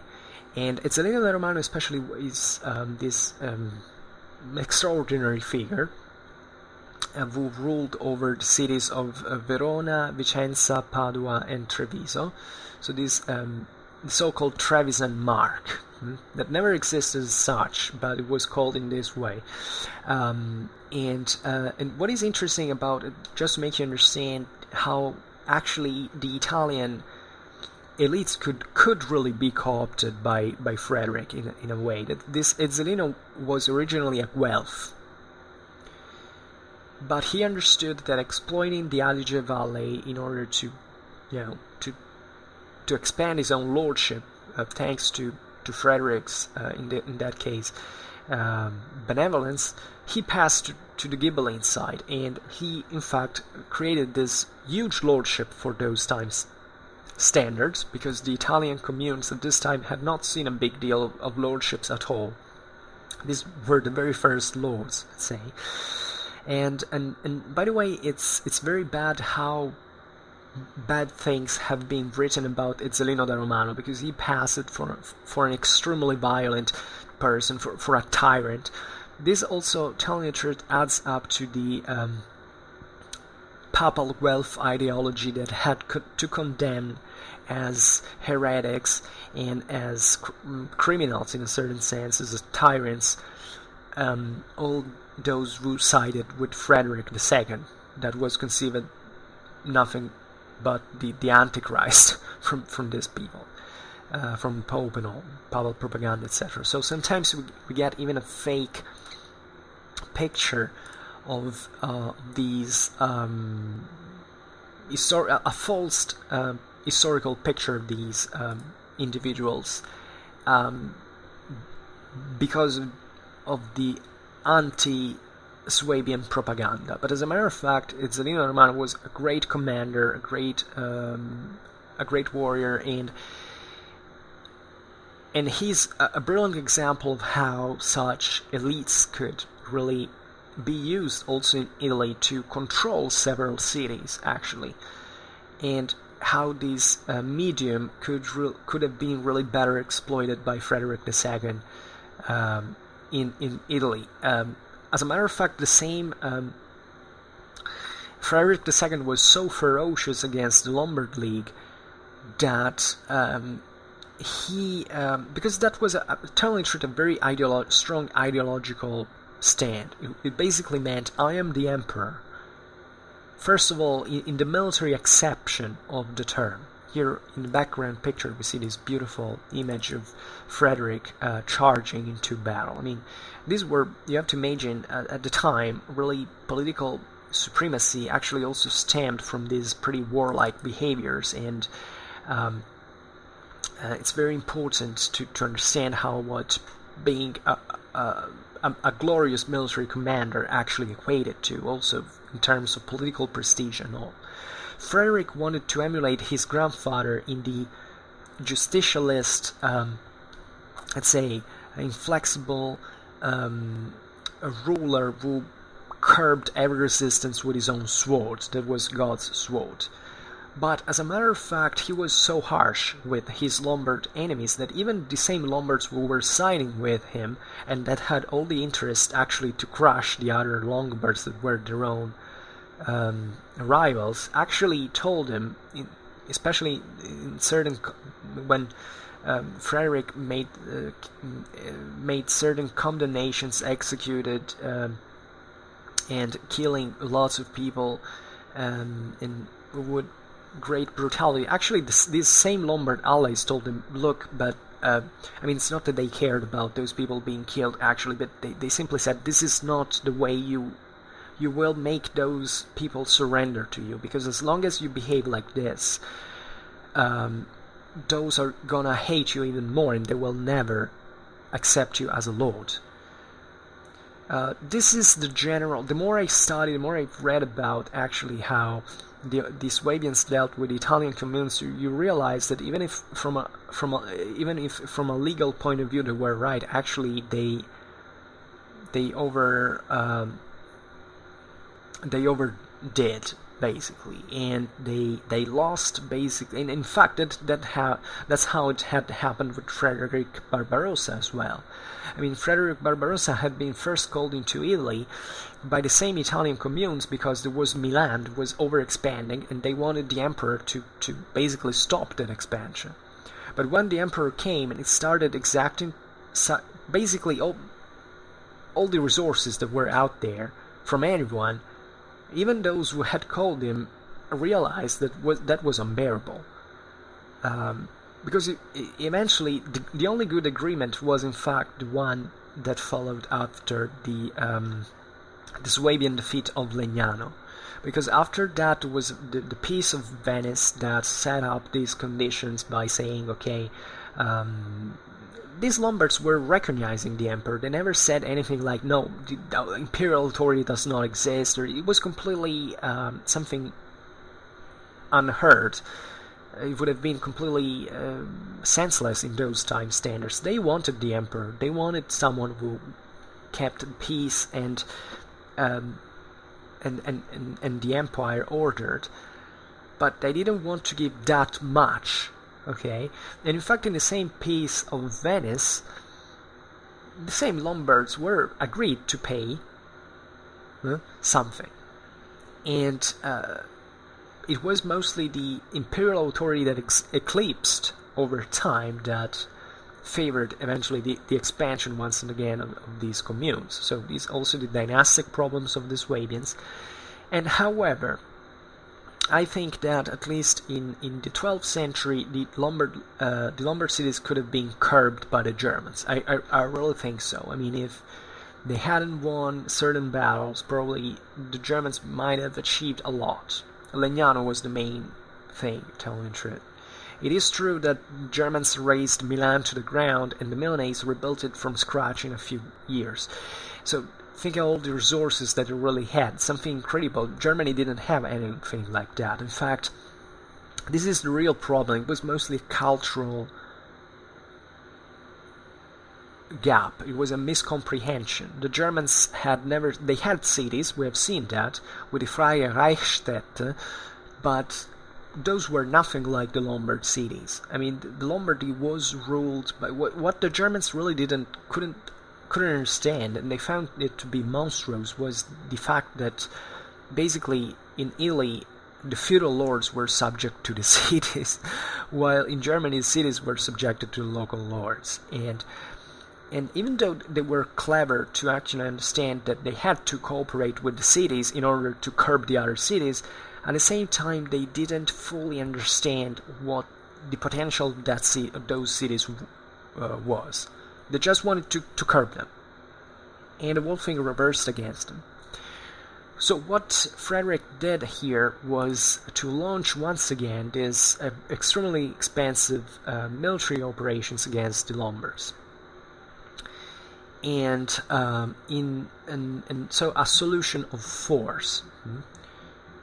And he actually obtained a brilliant victory in 1237 at the Battle of Cortenuova, which is in the south of Bergamo in Lombardy. So in this battle, the Milanese army got defeated. By the way, while it was already retreating, it was a great victory. Actually, the Italian communal infantry there kind of resisted to the imperial charges for a whole day. So that tells you the resilience of these Lombard communes in many ways, even from a tactical point of view. But they were defeated eventually. And this was a major victory because this was the Lombard League, but the leading city of the Lombard League was Milan. Milan was the largest city of Europe, I think, at this time, or if it wasn't, it was just second after Paris. And it was extremely wealthy, so it was kind of historically the leader of the Lombard League. And what Frederick achieved against them, what the Battle of Cortenois, because basically the guys fled overnight. The communal infantry resisted to the German feudal charges all the day long, and at night they fled, and they left actually the carroccio on the camp. Now the carroccio was basically the symbol of sometimes it said the symbol of the city, of the municipal pride. More thorough researches have actually showed, especially at this time, the carroccio was more like the symbol of the people more than of the city, which means that the knights had their own, the nobles had their own symbol, and the people, the commoners, had this other symbol. But it was very important because the commoners were the sap of such armies in practice, and they were also still pretty functional this time in history. Were the most advanced infantries out there, and I made also a video that is, I think, the material wealth of communal infantries, in which I discuss a bit of how many resources, how many material these cities were able to field for military purposes. So Frederick seized the Milanese carroccio, so this extreme symbol of pride, and he exposed it on the Capitol in Rome. So this was a very important show-off. The Capitol of Rome was not a symbol like the others. It was obviously showed as an anti-papal thing because the popes had backed the Lombard League. So showing this carroccio in Rome on the place of the Capitol, that is the symbol of Roman government, was basically to state that Frederick was feeling himself fully a Roman emperor. And Frederick's political ideology was all based on this. He was a true Roman emperor, not a Holy Roman like the detractors of the Western Empire want to say. Not a Germanic emperor, a Roman, from Rome, emperor. And that was his dream. And there is all a beautiful literature about this. If you have read Kantorowicz, he stresses this imperial ideology very much, of these Roman meanings and all. Today we can't talk about this because the video is already very, very long now. But let's simply say that was an extremely, extremely powerful symbol that he managed to use for his political, and he also refused the peace offers that were asked to him from Milan. In here, he kind of sinned a little bit of overconfidence, because he, at this point, Frederick definitely over-evaluated his strategic situation, and he pointed towards the full submission of the Lombard communes. So you see, certain results could be obtained, but now we'll see that, for instance, in 1238, a new German army um, um, tried to conquer the city of Brescia in Lombardy, and it failed. By the way, these armies were increasingly composed increasingly by mercenaries and also knights that coming a bit from all the most diverse areas of Europe. This is a pretty interesting indicator because it actually shows that the feudal order was a bit collapsing at this point. Even the Kingdom of Sicily, that was definitely the most resourceful domain that Frederick had at this point, didn't really work with that well. Very solid feudal recruitment that had been set from Norman times.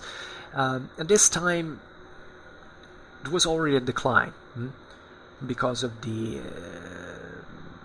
Swabian crisis of succession when Frederick was a minor. Then these wars that were waged in there. There was also, during his father's reign, a resistance against the Swabians by these Norman barons that lived in southern Italy. So Frederick carried out a lot of centralization reforms, centralistic reforms and all, but kind of the social tissue of the social fabric, let's say, of the Sicilian kingdom was kind of collapsing. Now, the major sovereigns at this time in the 13th century, more than relying on this, Machinos feudal recruitment, were interested in cashing fast. Okay, it was mostly about money. European economy was getting always more financial in many ways. So even the employment of mercenaries in here corresponds to a bit of a crisis of feudal institutions, and showed how certain dominations were getting a bit more fluid than just the territorial base. It required much greater bonds between the communities to make money and to really be able to create something powerful. So, as we were saying before, you see, the Germans could defeat maybe in open field the Lombards, but these were popping out. These cities were still existing. Think even about the 13th century logistics and military technology. Sieging a city, a walled city like these, the ones in northern Italy existed, it was something extremely expensive. Think about the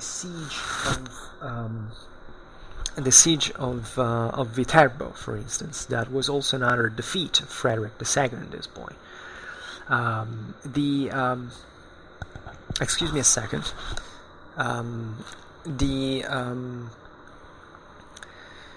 Sometimes we credit the Kingdom of Sicily under Frederick II to have been an extremely technologically advanced place. But telling the truth, this, especially as a feudal kingdom, didn't have really the same technological potential and dynamism of these communal cities of the north at all. The major technological advancements also in artillery, think about the trebuchet, think about siege warfare in general, the development of the crossbow, and all, were all being pioneered by the Lombards at this time. So sometimes Frederick is being magnified also in his armies, also especially from his enemies, the Pope and the Lombards, who had to claim that we're fighting against an extremely advanced foe. And definitely he was. I mean, especially feudal cavalry during the 13th century was at the peak of its technological power. These German mercenaries were pretty tough, but in a war of possession with lots of cities, a lot of sieges and all, what you need is also not just brutal force, but also resources, technological skills and all. And the Lombards were ahead. at that time. So they had an edge, even logistically speaking, into these clashes. This doesn't, however, makes the successes of this makes the successes of Frederick all the more meaningful, even if he was eventually defeated, as we will conclude like now. So at this point, the situation was pretty tough, especially with the papacy, because the papacy was extremely worried, especially about this last Frederick's success against the Lombards, and they decided, the papacy decides to use its full ideological potential to destroy the emperor, to ruin it, ideologically speaking. In fact, the papacy was pretty cautious. It didn't really go against Frederick openly, especially in this moment in which he had regained strength. But there was a meeting even into which Innocence by the way, this time the papacy had, the Pope had, Gregory IX had died. It was this new Pope Innocence IV, who also was immediately set actually in this, against Frederick in many ways. Also in here, it's not a default mode without any meaning. Obviously, the papacy was concerned as a whole, because in the south they had the Kingdom of Sicily. In the north, Frederick had now managed to defeat Milan. It was a pretty serious situation for Rome itself, so they were pretty cautious, and they were absolutely worried about this pincer movement that Frederick could achieve on them. So the Pope actually, while negotiating with Frederick, eventually embarked at the port of Civitavecchia for Genoa, and from there, at the end of the year, reached Lyon in France, and he indicted a general council for the June of 1245. So at this point, by the way, this is the moment in 1244 when the Chorasmians arrive into the Near East and conquer Jerusalem. So at this time, it's a bit of a foggy moment in Frederick's history, because we don't really know what happened between him and the papacy. Because Frederick seemingly declared himself that he was actually good. He could actually go to the Holy Land for 3 years to fight the infidels, and so at this point he was still already excommunicated once again at this point, while the fights against the Lombard League had resumed. So because of this very promise that he had done to go to fight once again into the Holy Land, the excommunication was revoked, which is pretty weird, because this happened in the same year of the Council of Lyon. So there was the major trial against Frederick. There was a massive ideological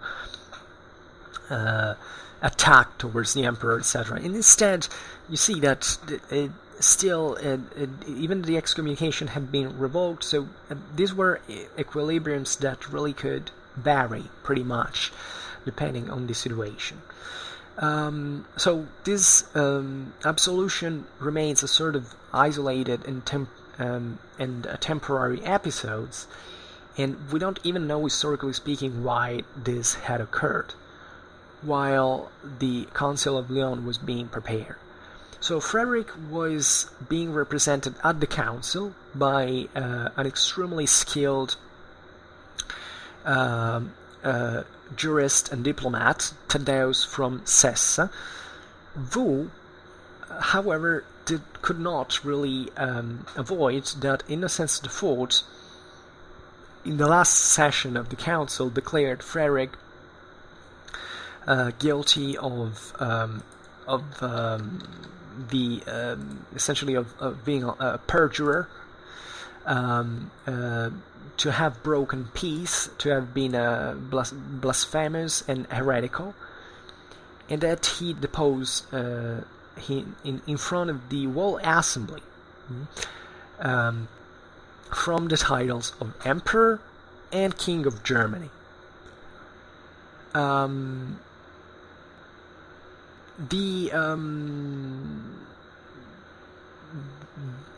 There was also something to take him out also as King of Sicily in some measure, but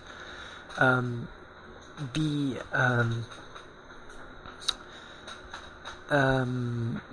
whole situation, however, still went wrong, seriously wrong for Frederick. Frederick at this point this was a council, so a very important occasion actually, even internationally speaking, to contact all the various powers that were out there and to kind of taste their own reaction to this papal stand. Because, by the way, the Pope at that time was trying to collect alliances with all the various Christian princes to fight against Frederick.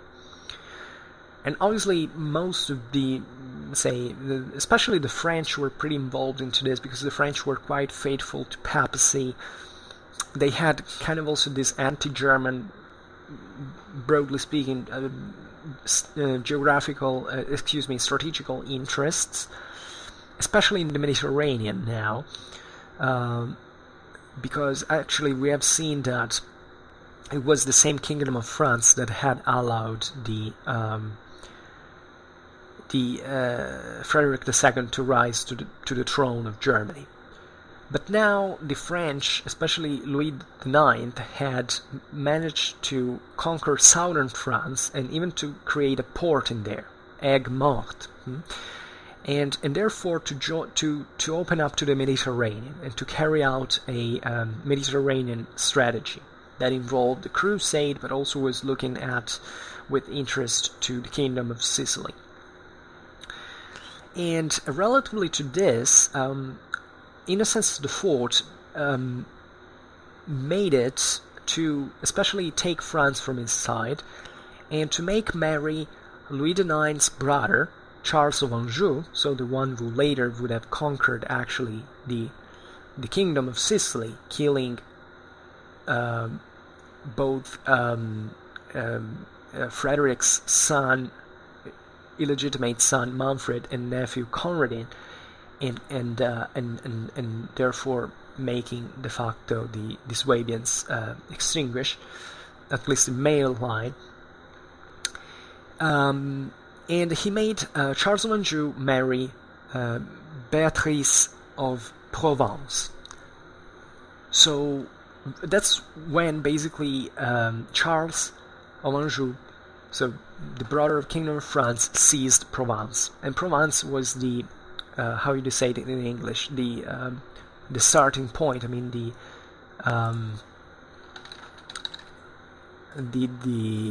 trampoline. I want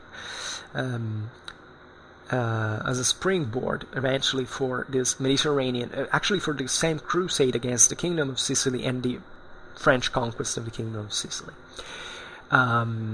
So this was a very, if you look at the map of Europe, this kind of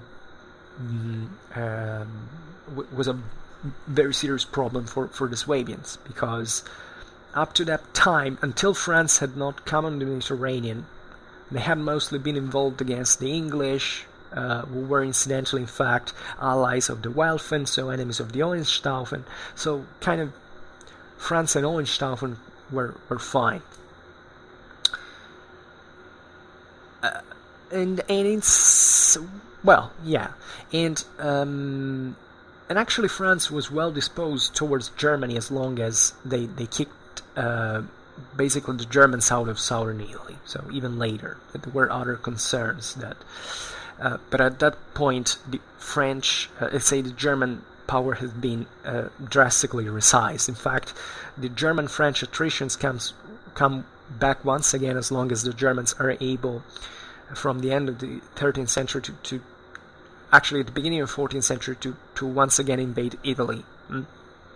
although the fight there was mostly in Lombardy, and even though the Aragonese were now allies with the Germans, had seized Sicily, so they had split up the kingdom of the south, so a pretty messy thing. I made a video, by the way, on the Aragonese and Angevin kingdoms of Italy, so if you want to go look at that, that might be of interest for you. So this was a pretty dramatic moment. Certain Europeans sided with Frederick, certain sided with the Pope. But most of them were not directly involved, and actually what now Frederick had was even the French pressure on it. So this was a moment of great. This was exasperated from an ideological point of view, because this was an ideological clash at this point. Frederick basically was responding to this to the papal accuses by actually pointing at the inherent danger of the papal behavior, and he was trying to convince especially feudal powers that what the papacy was doing was extremely serious even for them, because the church was backing the communal autonomies. So what were fighting against their own kingdoms. Actually, also the French had a bit of a trouble with the Flemish communes, just like Frederick had with the Italian ones. So he was trying very subtly. Actually, this is actually the intelligence of the man. Frederick was extraordinary from this point of view, and he but say that papal ideology was a bit stronger, or at least it used more aggressive propaganda. Definitely Frederick came to say, okay, this Pope is completely unfit, he's serving evil, he's doing all this for its gains and all. And the church said that the emperor was the incarnation of the Antichrist, and there was and it was ultimately much more damaging for Frederick at this point. And there was especially a climate of distrust, of suspicion was spreading all over. At this point, there is also another major episodes that probably shook Frederick pretty much. That is the plot that was allegedly discovered involving the Pierre della Vigna. Pierre della Vigna was the extremely faithful counselor of Frederick that for 25 years had been the representative and the speaker of Frederick's politics. He was an extremely cultured man, and he in fact had written all these letters, Frederick's letters, proclaims, imperial speeches with all these extremely sophisticated oratorian art, and a very elegant man. And Sicily at this time was in the lead on literature. It was the court of Palermo was really the most advanced, culturally the most advanced court in Europe. So there were at Frederick's court were all these extremely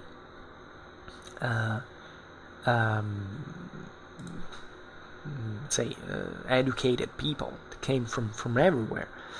And he was accused to have carried out a plot, and he was pushed to suicide. And there are voices actually that Pierre della Vigna wasn't really guilty of anything, but that he had been basically in fact everything he had been accused by other people who were jealous of him,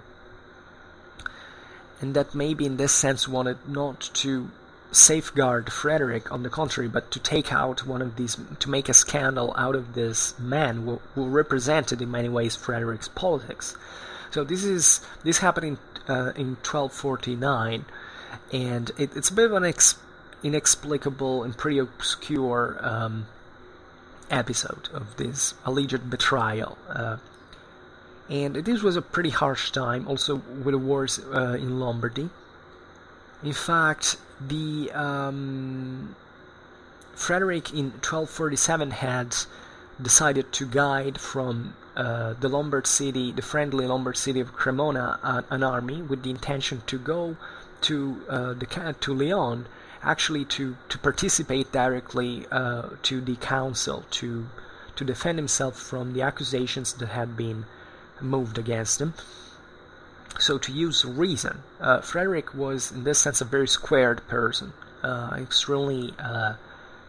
He had a lot of confidence in intellectualism, in reason, in knowledge, in many ways, which was also exploited in this sense from an ideological point of view from the papacy by saying that he was essentially a person who went beyond reason. That he was using reason as a sort of a positive tool towards faith, which is kind of naive. I mean, obviously this propaganda was all put up, so sometimes you find this extreme nonsense, even in historical terms, that Frederick was an atheist. Frederick was a perfect Christian, and it was all this papal propaganda that we don't have to blame. I mean, that's what Frederick used as well, but I found many people who actually believe still in the propaganda of the 13th century to think that these political characters were monsters in the first place because they don't know that it was normal in the Middle Ages to have a political propaganda that based itself on such pretty standard accusations, by the way, were usually to be a sodomite, to be an heretic, an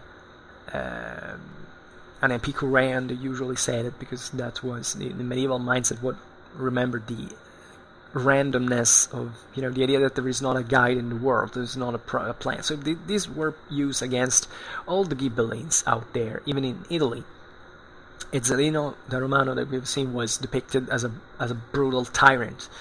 Farinata degli Uberti in Florence was thought to be an heretic, while he was one of the most pious people that existed at the time, had himself buried in a church, and if anything, it was the same opposers that took out his corpse and one of his wife out of the church and dispersed their bones out in the street. So you have to really to get into those eras,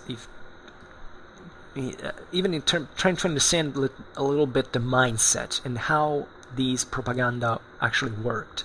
Also because we live ourselves in a moment of a very intense propaganda that does exactly the same thing from all sides. So we should, even for our own good today, to be able to actually go a little bit beyond certain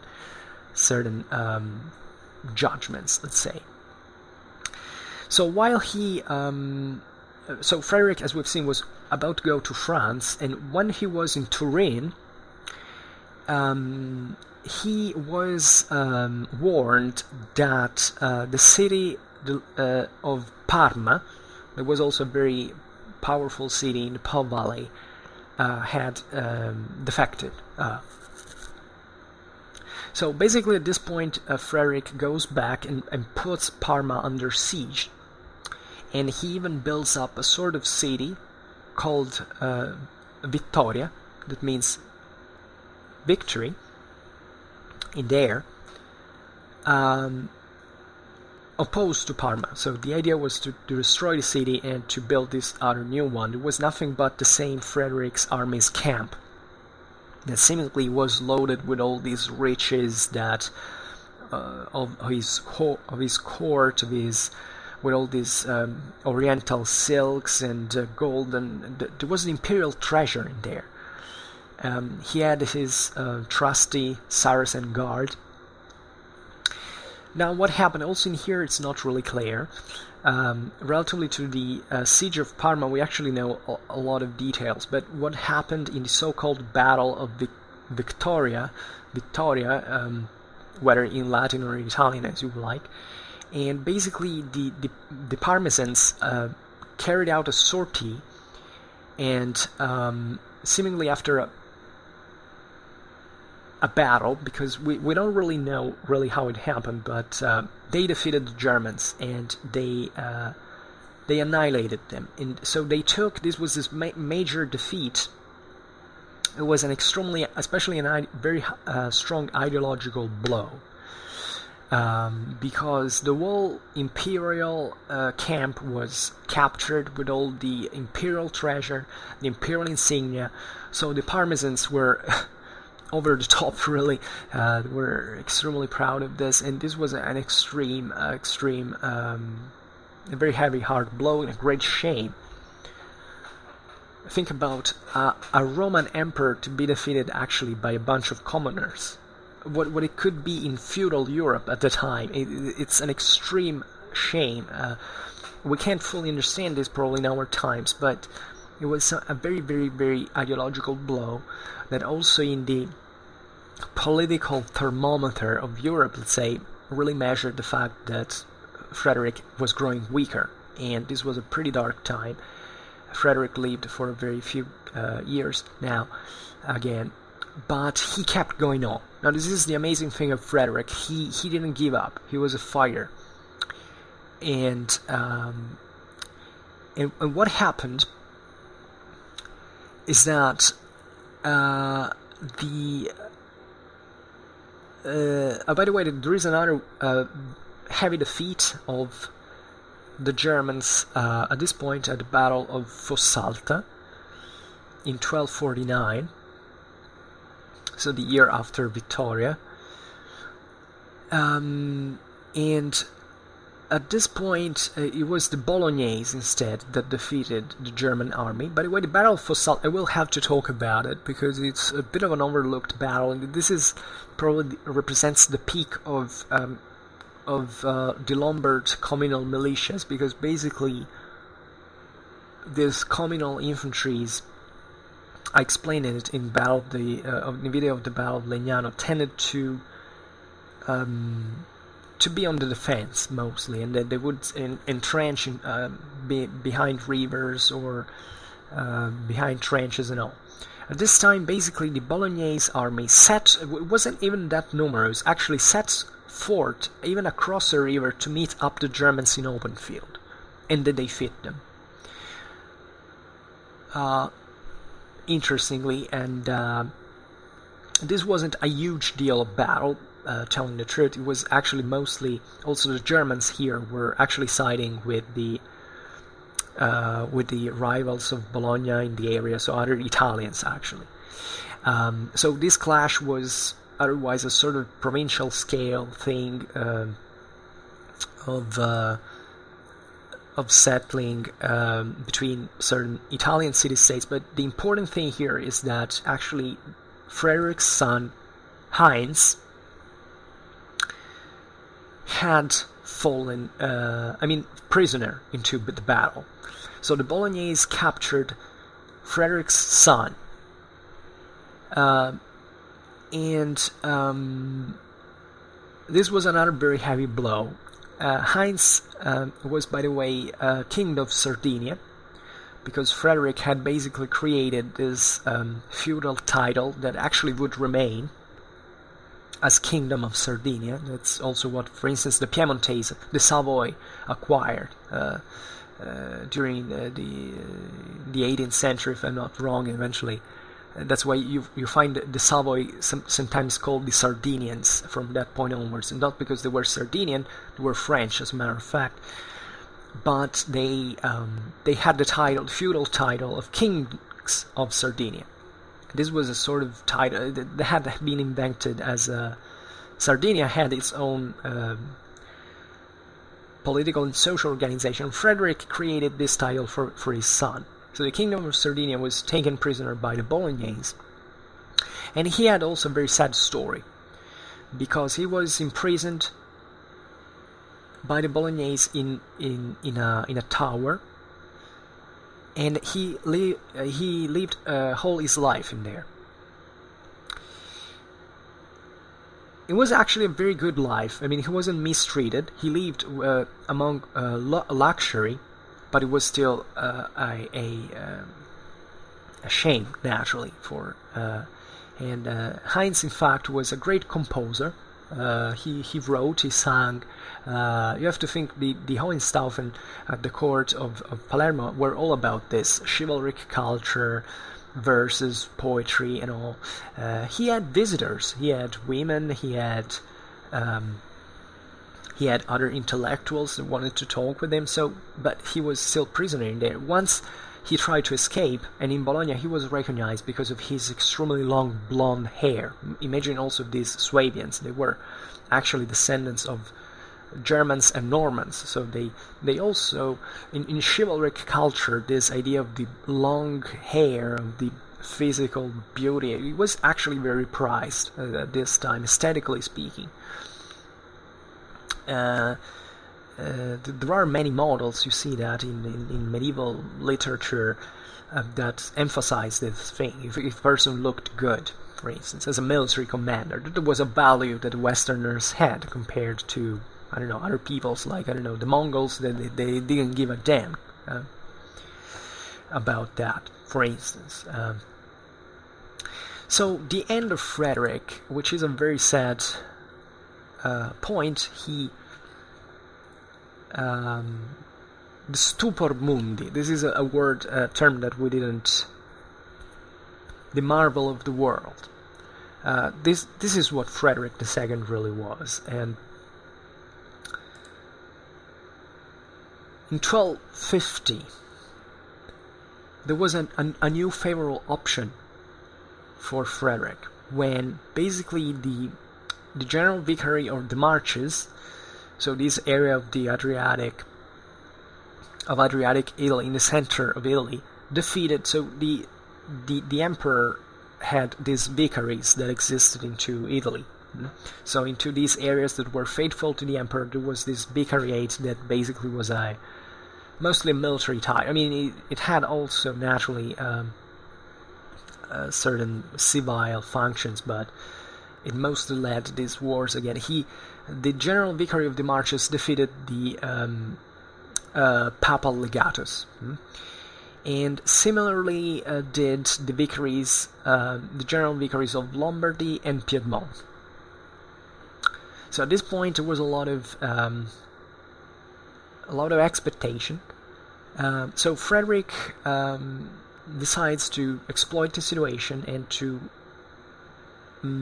form up, to prepare an expedition, actually to reach Germany, passing through Burgundy, and so going once again. At this point, projecting the idea of his universalistic plans and reattaching especially Germany to Italy. There was this main objective of his. He in November, when he was sojourning in his favorite place, Castel Fiorentino, that is a place close to Saint Severo in the today's province of Foggia in southern Italy, in Apulia. Apulia was the favorite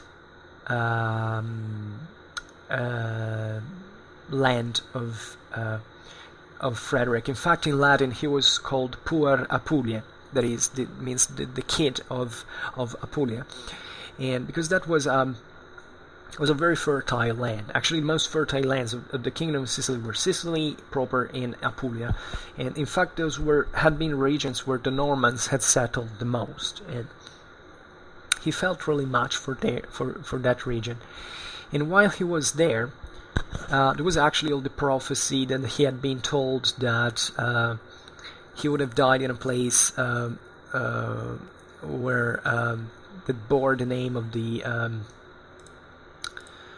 of Florentine, this idea that he in fact he seemingly avoided Florence because he thought they would have died there. He believed, by the way, I talked about that I think in the video of Frederick II as man of science. I mean, this mix that existed at the time between, say, science, I mean what they thought science was at the time, and in fact these other sciences like, you know, astronomy and astrology, for instance, were the same thing. So they believed in prophecies. These extremely Christian people still look at the stars and at the horoscopes, and even concerning Frederick's birth, he was born on December the 26th. So there was all these pronostics about the fact that he was born the day after the birth of Jesus Christ. So this meant that he had to become a sort of second savior of the world and all this.